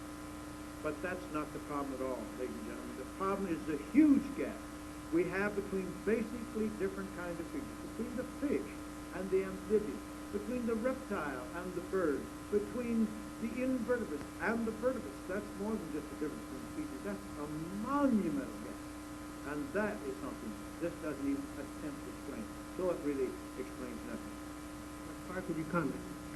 Yeah, that's a slight misrepresentation of the punctuated equilibrium theory. It certainly does not say that a species goes along unchanged for a couple million years, disappears, and is replaced by something else. It's still a branching process. It is still a situation where one species will be evolving, changing very slowly, because natural selection doesn't bring about rapid change, and because of environmental and genetic factors that we really don't have time to get into, another species will branch off from it. The only difference between punctuated equilibrium and Darwin's gradualism is really the angle of the branch. In Darwin, it's a slow branch. In punctuated equilibrium, it's a fast branch. But it's not a matter of replacing one species with another. You don't always have to find a form that falls into that gap. What you have to find is the history of two branches and then try to find where they meet. Otherwise, it was a fairly accurate description. I'd just like to ask Dr. We can Parks. go back Yeah. and forth now. Here's it. I just want to ask Dr. Parks the question. Could this punctuated equilibria explain the huge gap between the invertebrates and the fishes? 100 million year gap. Is it possible for your punctuated equilibria to be working for 100 million years and produce no transitional forms? No, that's still very clearly a problem with the fossil record. There are no good transitional forms in that area. It's not really what punctuated equilibrium is trying to do. It's not trying to create a fish out of an invertebrate. It's not that big a jump. It's a small jump which then natural selection will capitalize on and take off in that particular direction if it is in fact a viable change. But Dr. Gish is quite right. We are missing some important fossils. All right, and back to you, Dr. Park. If scientists themselves cannot bring life out of non-living material, then how could blind natural processes do this by pure change? Okay, I think that there's a misleading statement being made here. It would be very, very unlikely. I would be exceedingly surprised if we were able to create a living thing in the laboratory, because it took billions of years, a billion years, maybe 2 billion years, as far as we know, for something living to be created out of some non-living thing. It's a long, slow process involving many steps. But what we can do is test some of the individual steps. We can replicate or repeat some of those individual steps under laboratory conditions. We can try to decide how those steps may have taken place. There is still the distinct possibility of a naturalistic explanation for it. Just don't be misled into thinking that life all of a sudden was created out of non-life. It took many steps. A living thing is a complicated thing. You don't put it together all at once. I'm reminded of a cartoon I saw, this mad scientist. He looked like a mad scientist. He said, anyhow, he was declaring to one of his colleagues, he said, I have created life in the laboratory. That means the creation of life required absolutely no intelligence. Come on, man. Well, of course, that would prove no such thing. If man could do that, then let us suppose man could go in the laboratory and create life, which he never will. Well, it only would demonstrate then that the creation of life did require intelligence, wouldn't it? But man hasn't even approached that, of course. And listen, if you get nothing after 1,000 years, that doesn't mean you're going to get something in 1 billion years, because 1,000 times nothing is still nothing. No. As a matter of fact, the longer the time span, the more time you have, the more certain you'll be at the probable state. And the probable state is downward, is deterioration, is decay. The probable direction of any process in this universe is going from order to disorder, from the complex to the simple. That's the natural way. And the more time you have, the more certain you'll be at that probable state, which is the state of disorder. So time is not the hero of the plot. Now, you might go to Las Vegas with $1,000 in your pocket, and it might be, not likely, but it might be after 3 days you'll have more money than you had to start with. Even in 2 weeks, not very likely, but you just might have more money than you had to start with. But I guarantee you one thing, if you stick around in Las Vegas long enough, you're going to be broke.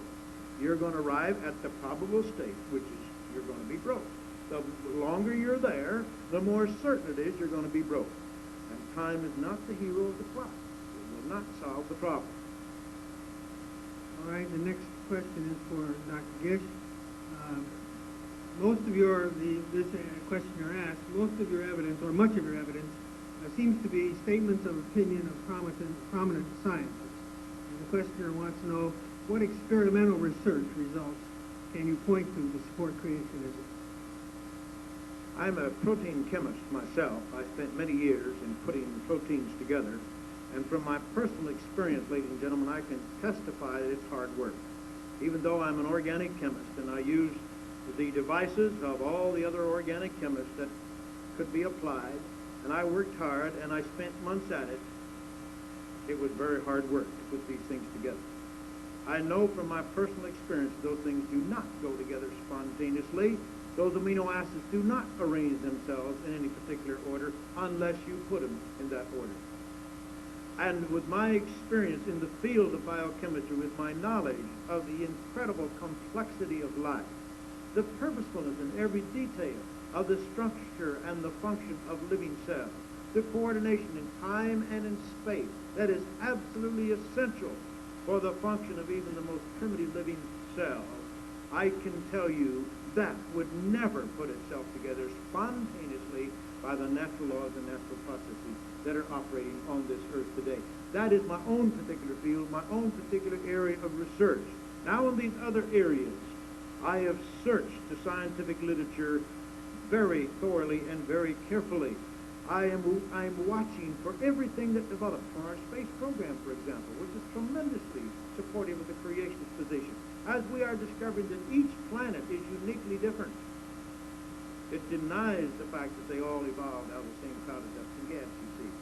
And as we watch for the latest developments in paleontology and all of that, you don't have to be an expert in those fields to be able to be a witness to the evidence as it has been declared by the experts in each field themselves.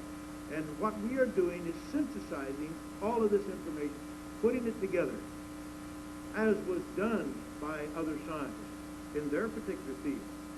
And it shows, as we've tried to demonstrate, that creation is the most credible and reasonable position when it comes to the subject of origin. I cannot prove creation, ladies and gentlemen. I've always said we will never know scientifically how life arose on this planet.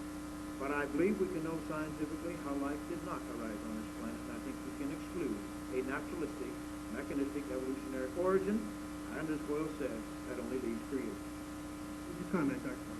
The improbability of something happening does not exclude its happening.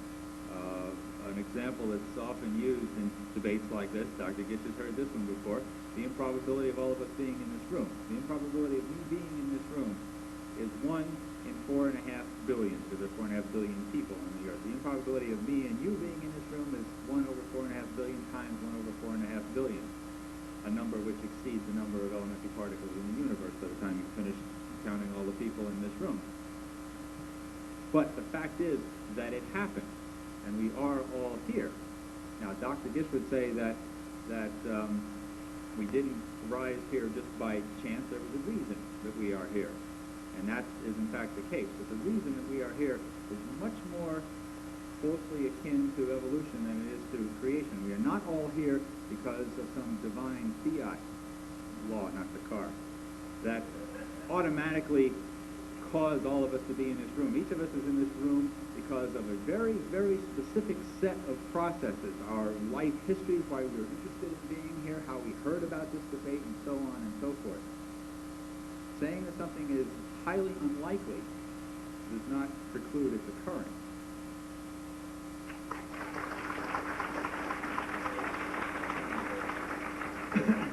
I'm absolutely shocked that Dr. Parks would use that argument. And I want to say that all of you that just clapped, you also made a monumental blunder. As Dr. Parks has just pointed out, not one of us got here by chance. That is why we are here. Don't you see? He's arguing on my side, and you're clapping for my argument. Why are we here tonight? Precisely because not one single one of us got here by chance. We saw a notice of a meeting, and we made an intelligent decision, or otherwise, to be here tonight. And then we took deliberate action and directed our steps into this auditorium. Now let me ask you, did one of you get here by chance? Not one of you got here by chance.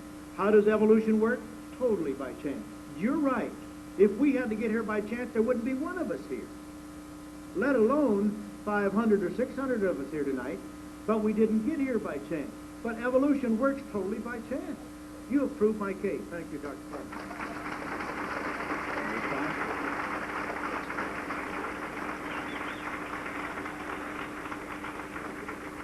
I think we'll have one more response to that. Okay. No, I still disagree. Dr. Gish is intimating that the creation of these large organic chemicals with their great and beautiful complexity, and I will agree with that, somehow took place all of a sudden.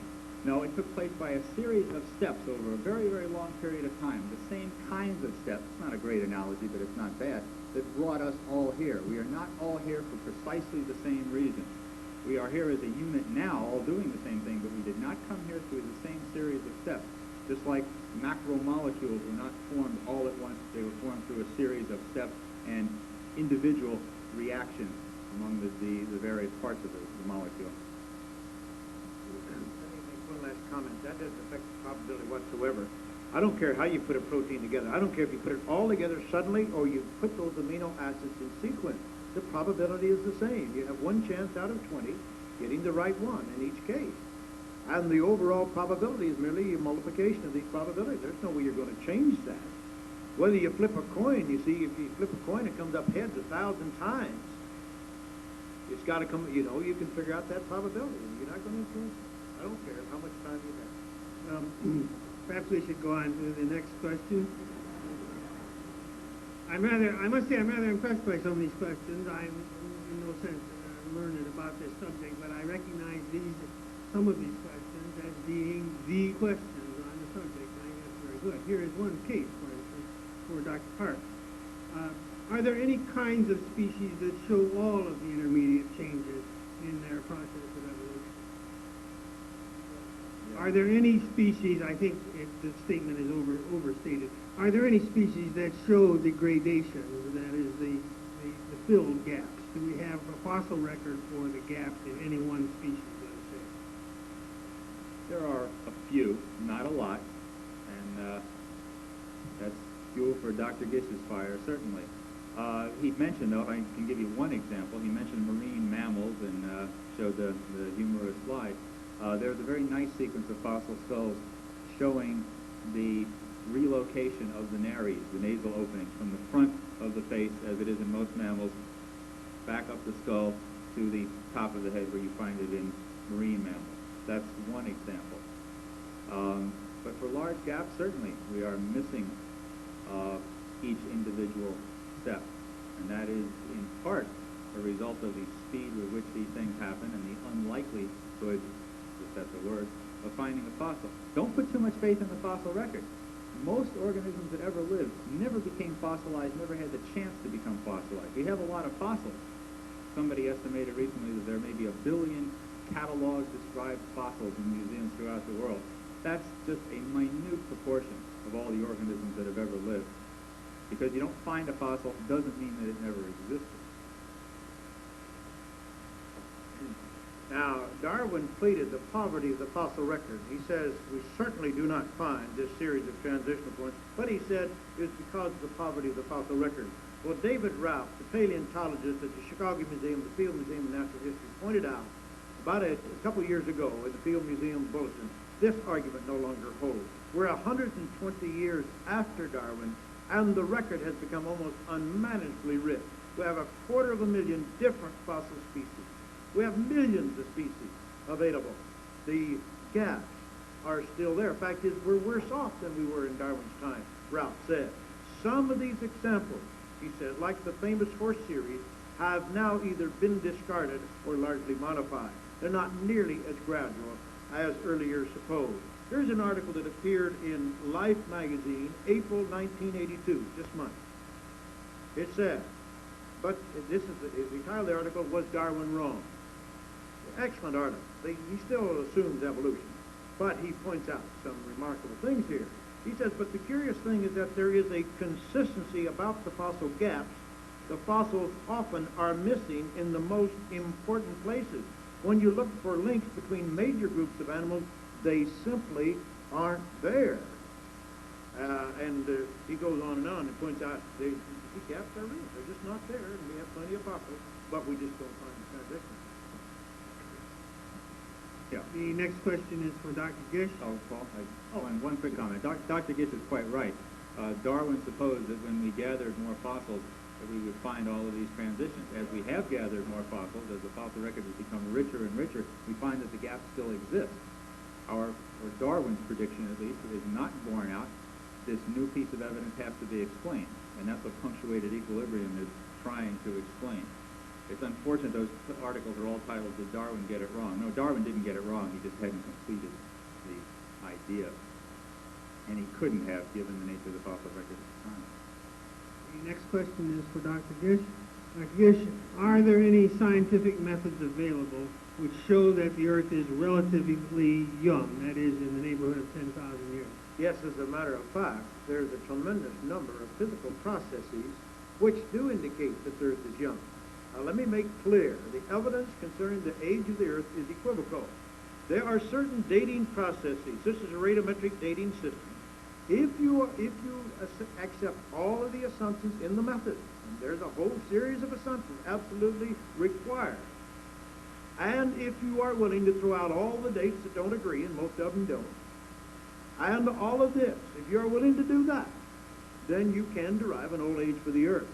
But there are many other dating systems which require an extrapolation just back a few thousand years rather than billions of years, which give young ages for things. Let me just give you some examples. The amount of meteoritic dust that flows down the surface of the Earth and the Moon has been measured, has been determined. And if you take that amount of meteoritic dust that comes down to this Earth and the Moon in a year and multiply it times 4.5 billion years, you've got to have a layer of dust about 100 feet thick, covering the Earth and covering the Moon. That meteoritic dust is not here on the Earth, is not dissolved in the ocean, it's not on the bottom of the ocean, it's not anywhere to be found, it is certainly not on the Moon. Furthermore, the Moon has no atmosphere, so that radiation, ultraviolet light, X-rays, cosmic rays, solar wind, and so forth, pulverizes the surface rocks. And according to R.A. Littleton in his book published in 1957, that process alone should have produced several miles of dust on the Moon in 4.5 billion years. There's just about that much dust on the Moon. Ladies and gentlemen, how could that Moon have circulated in space for 4.5 billion years and have such a thin layer of dust? One more example. Galaxies occur in clusters. And by the way, they've discovered now that these are massive clusters of galaxies, massive concentrations of mass, totally contradictory to the Big Bang theory. But galaxies occur in clusters, maybe 2, 20, 100, 1,000, some cases 1,000,000 galaxies are grouped together in clusters. Now those galaxies are moving at random in those clusters, and based upon the speed at which they are moving, you can calculate that anywhere between 2 and 4 million years, there should be no clusters of galaxies anywhere in the universe. They would have been dispersed. You would just have single galaxies floating around. In 2 to 4 million years, that would be sufficient for these galaxy clusters to disperse. But as a matter of fact, that's all we do have is clusters of galaxies. Therefore, it seems that based upon this good physical process, the universe would have to be younger than 2 to 4 million years. And there are many such processes which indicate things are quite young. Comment, please. I can respond to one out of the two. Galactic astronomy is way out of my field. I won't even try it. As far as the cosmic dust is concerned, it seems that there is less cosmic dust floating around out there, meteoric dust, than Dr. Gish assumed. NASA apparently did some collecting of the cosmic dust, and according to NASA's calculations, I can't judge those, but according to NASA's calculations, the rate of cosmic dust accumulation should have amounted to somewhere between 1.5 and 15 centimeters, averaging about 6 inches of meteoric dust. And in fact, the amount that you find on the moon in the surface coating is called the regolith. The amount of meteoric dust in the regolith is about 10 centimeters. So according to some recent NASA calculations, there's not as much dust as was believed. This idea of 60 feet or so of dust, or however much, if the Earth was 4.5 billion years old, it's apparently based on some assumptions that there's more dust floating around there than there actually is. I certainly would like to see the documentation on that. I've never seen it yet. But that is really immaterial. That is, as a consequence, because the amount of meteoric dust that would accumulate in that time is very small compared to the amount of dust that would be generated by the impact of radiation on the surface of the moon, as pointed out by R.A. Littleton in 1957. You should have produced miles of dust in that amount of time. And so whether we can quarrel or dispute how much meteoric dust which is floating down the surface of the Earth, and there are many determinations which show that it's much, much more than just mentioned. And nobody's ever shown me any data to the contrary. But regardless of that, you see, the impact of radiation on the surface of the moon would have to produce that dust. It's a simple problem in physics, they tell me. You know the strength of the rock, you know the strength of radiation, you can calculate the rate at which it goes to dust. And you should have a very thick, heavy layer of dust. The fact is, before they got to the moon, they were afraid the first spacecraft would land on the moon and go out of sight and never be seen from again. I think we now will have just one or two more questions. This one, Dr. Park, goes back, I think, to the original question asked with regard to predictability. I think some people in the audience are concerned with the word ongoing nature of evolution. The question is, if evolution is a theory which revolves around a species adapting to a changing environment, how is it that we have not observed changes in species since we have been noticing it? Oh, we have. We certainly have observed changes in species. On a very small scale, one species changing through time is the famous peppered moth, and Dr. Gish will agree with me on this one. The average kind of peppered moth, this is a little splotchy-colored moth in parts of England. In certain parts of England, got darker as pollution from coal burning covered the trees and killed these splotchy lichens that the moth was camouflaged against. The splotchy moths were selected out, and those genetic variants that were darker were selected for, and so the proportion of dark-colored moths in certain areas arose at the detriment of the splotchy-colored moths. That's an example of short-term evolution within one species adapting to different environments. There are a couple of examples of species actually being created. There's a lake in Uganda. I have it written down somewhere. It has a long name, but at any rate, there is a lake in Uganda that was once part of Lake Victoria. It got cut off from Lake Victoria about 4,000 years ago, according to geological evidence, and in that new little lake, there are found 5 species of cichlid fish. Many of you probably have cichlids at home in your aquarium. Cichlids that are found nowhere else in any part of Africa or any other part of the world, or in Lake Victoria, as a matter of fact. Those 5 kinds of cichlids, 5 species of cichlids, according to the idea of not being able to interbreed, that's scientific test, arose only in the last 4,000 years. Now, we haven't watched that, but that's a fairly recent arrival of some new species. One more quick one, there's a bunch of moths in Hawaii that eat only fruit. And often their species distinctions are in terms of what fruit they eat. They are very specifically adapted to eat a certain kind of fruit, and one kind of fruit eater is not interfertile with another kind of fruit eater. There's one that's very specifically adapted to eating bananas. Bananas were introduced to the Hawaiian Islands 1,000 years ago by humans. So that species has arisen in the past 1,000 years. So although evolution is generally slow, we can watch it either directly through the peppered moth or indirectly through the kind of geological evidence. If evolution is true, of course it's occurring just as rapidly today as it ever has. And so among the millions of species we have on the earth today, we should have many, many examples of nascent structures, nascent organs coming into being. As a matter of fact, we don't have a single example. Remember, I quoted Colin Patterson, and he said, if I knew of any, intermediate, if I knew of any, either among the living or the fossils, I would certainly have included them in my book. Although he knew of not a single example. In this article published in Life magazine, oh, by the way, the peppered moth, as Dr. Parks would acknowledge, these creatures, Biston betularia, were all peppered moths back in 1850 and 1982. They're still all peppered moths, Biston betularia. They haven't become bumblebees or mosquitoes. They haven't even become a new species. There's been no increase in complexity, no change from one kind to another, not even the origin of a new species. There's merely a shift in population within a single species because birds can see dark moths on white trees and they can see white moths on dark trees. And that's the only difference. And it has nothing to do with how did moths come to be moths, how did tigers come to be tigers, and how did people come to be people. And that's the problem. In this article published in Life magazine, they said it, with such unanimity, the idea of evolution and how it occurred, in textbooks and classrooms, it comes as something of a surprise to discover that to increasing numbers of scientists, the synthetic theory is as full of holes as the fossil record itself. Observations in nature and experiments with artificial breeding of animals and plants show quite clearly that the main function of the genetic system is one of renewal, of maintenance of the status quo, of establishing limits to change.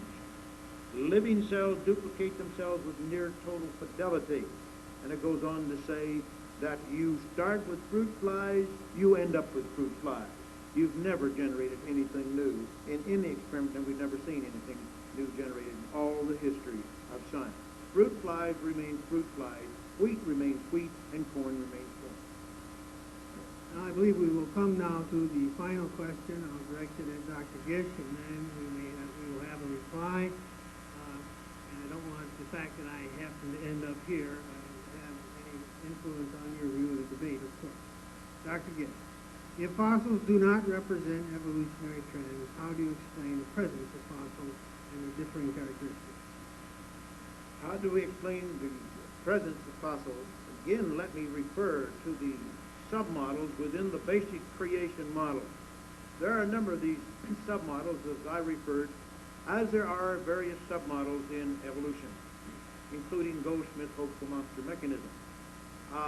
There's the progressive creationist. Now, the progressive creationists accept the idea that the Earth is very old, the geological ages have stretched out through hundreds of millions of years.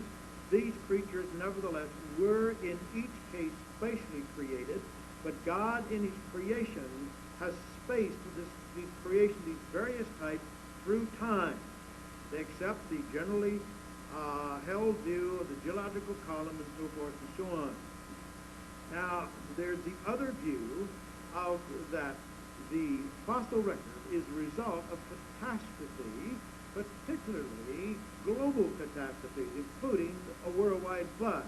That possibility, even Immanuel Velikovsky, who's an atheist, believed it and accepted it, and cited much evidence to support the idea that there had been a worldwide flood. Of course, he believed that God had nothing to do with it because he didn't believe in God. But he says the evidence was there. And let me point out that we have 350 million cubic miles of water on the Earth. We don't have a single drop of water on Mars. And while the geologists deny the possibility of a flood here on the Earth, they are suggesting, many have suggested, that the major geological features on Mars was formed by vast floods. And they don't have a drop of water up there, but deny the possibility of a flood here on the Earth. Actually, there is much evidence for this, but the claim is, the idea is, the fossil record, the way that those creatures are found, their distribution is one based upon their ecological zone, geographical distributions and so forth, and the way that they would have been entombed, buried and entombed and fossilized in that vast worldwide global catastrophe. That has been worked out by Dr. Morris and others. Dr. Morris has his PhD in hydrology, the effects of water in erosion, sedimentation, and so forth, and he concludes that this is a reasonable interpretation of that data. Now, of course, there are many problems with it, as there are with the ordinary uniformitarian explanation. There are many problems there. And just one last point. Dr. Parks mentioned the Grand Canyon, supposed to be a record of evolution.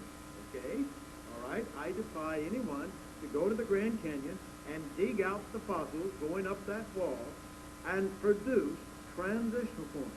You can't do it. If that is the record of evolution, then we ought to be able to go to the Grand Canyon, go up that wall, and dig out the transitional forms that must have existed during that supposed 500, 600, 800 million years. But you can't do it. There aren't any transitional forms there. Now, since Dr. Gish had the last word in the formal debate, we'll have Dr. Park have the last word in the question period. I think we should have a second debate just on flood geology, and we should probably hold it at the Grand Canyon.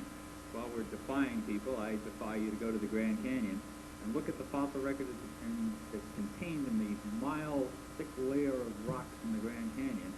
And yes, you won't find any transitional forms, but I defy you to come after looking at that and tell me that was all laid down in one flood, including cracked mud fossils, including raindrop fossils, including tracks of the dinosaurs that apparently sank last while they walked around for a while on solid Earth. But I won't continue because obviously you're getting tired. I would just like to take an opportunity, then I would like to give Dr. Gish an opportunity to thank you all for your kind attention. I'd like to thank Dr. Gish for his kind attention and gentlemanliness, and good night to you. Perhaps a round of applause for both of our participants.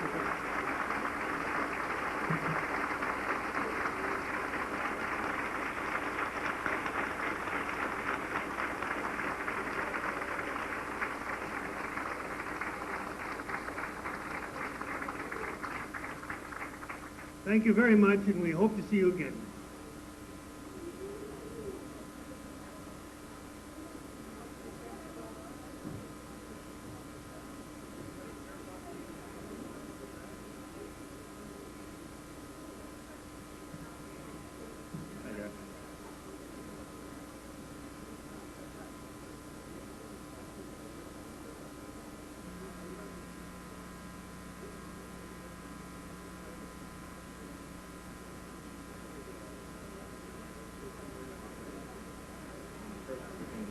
Thank you.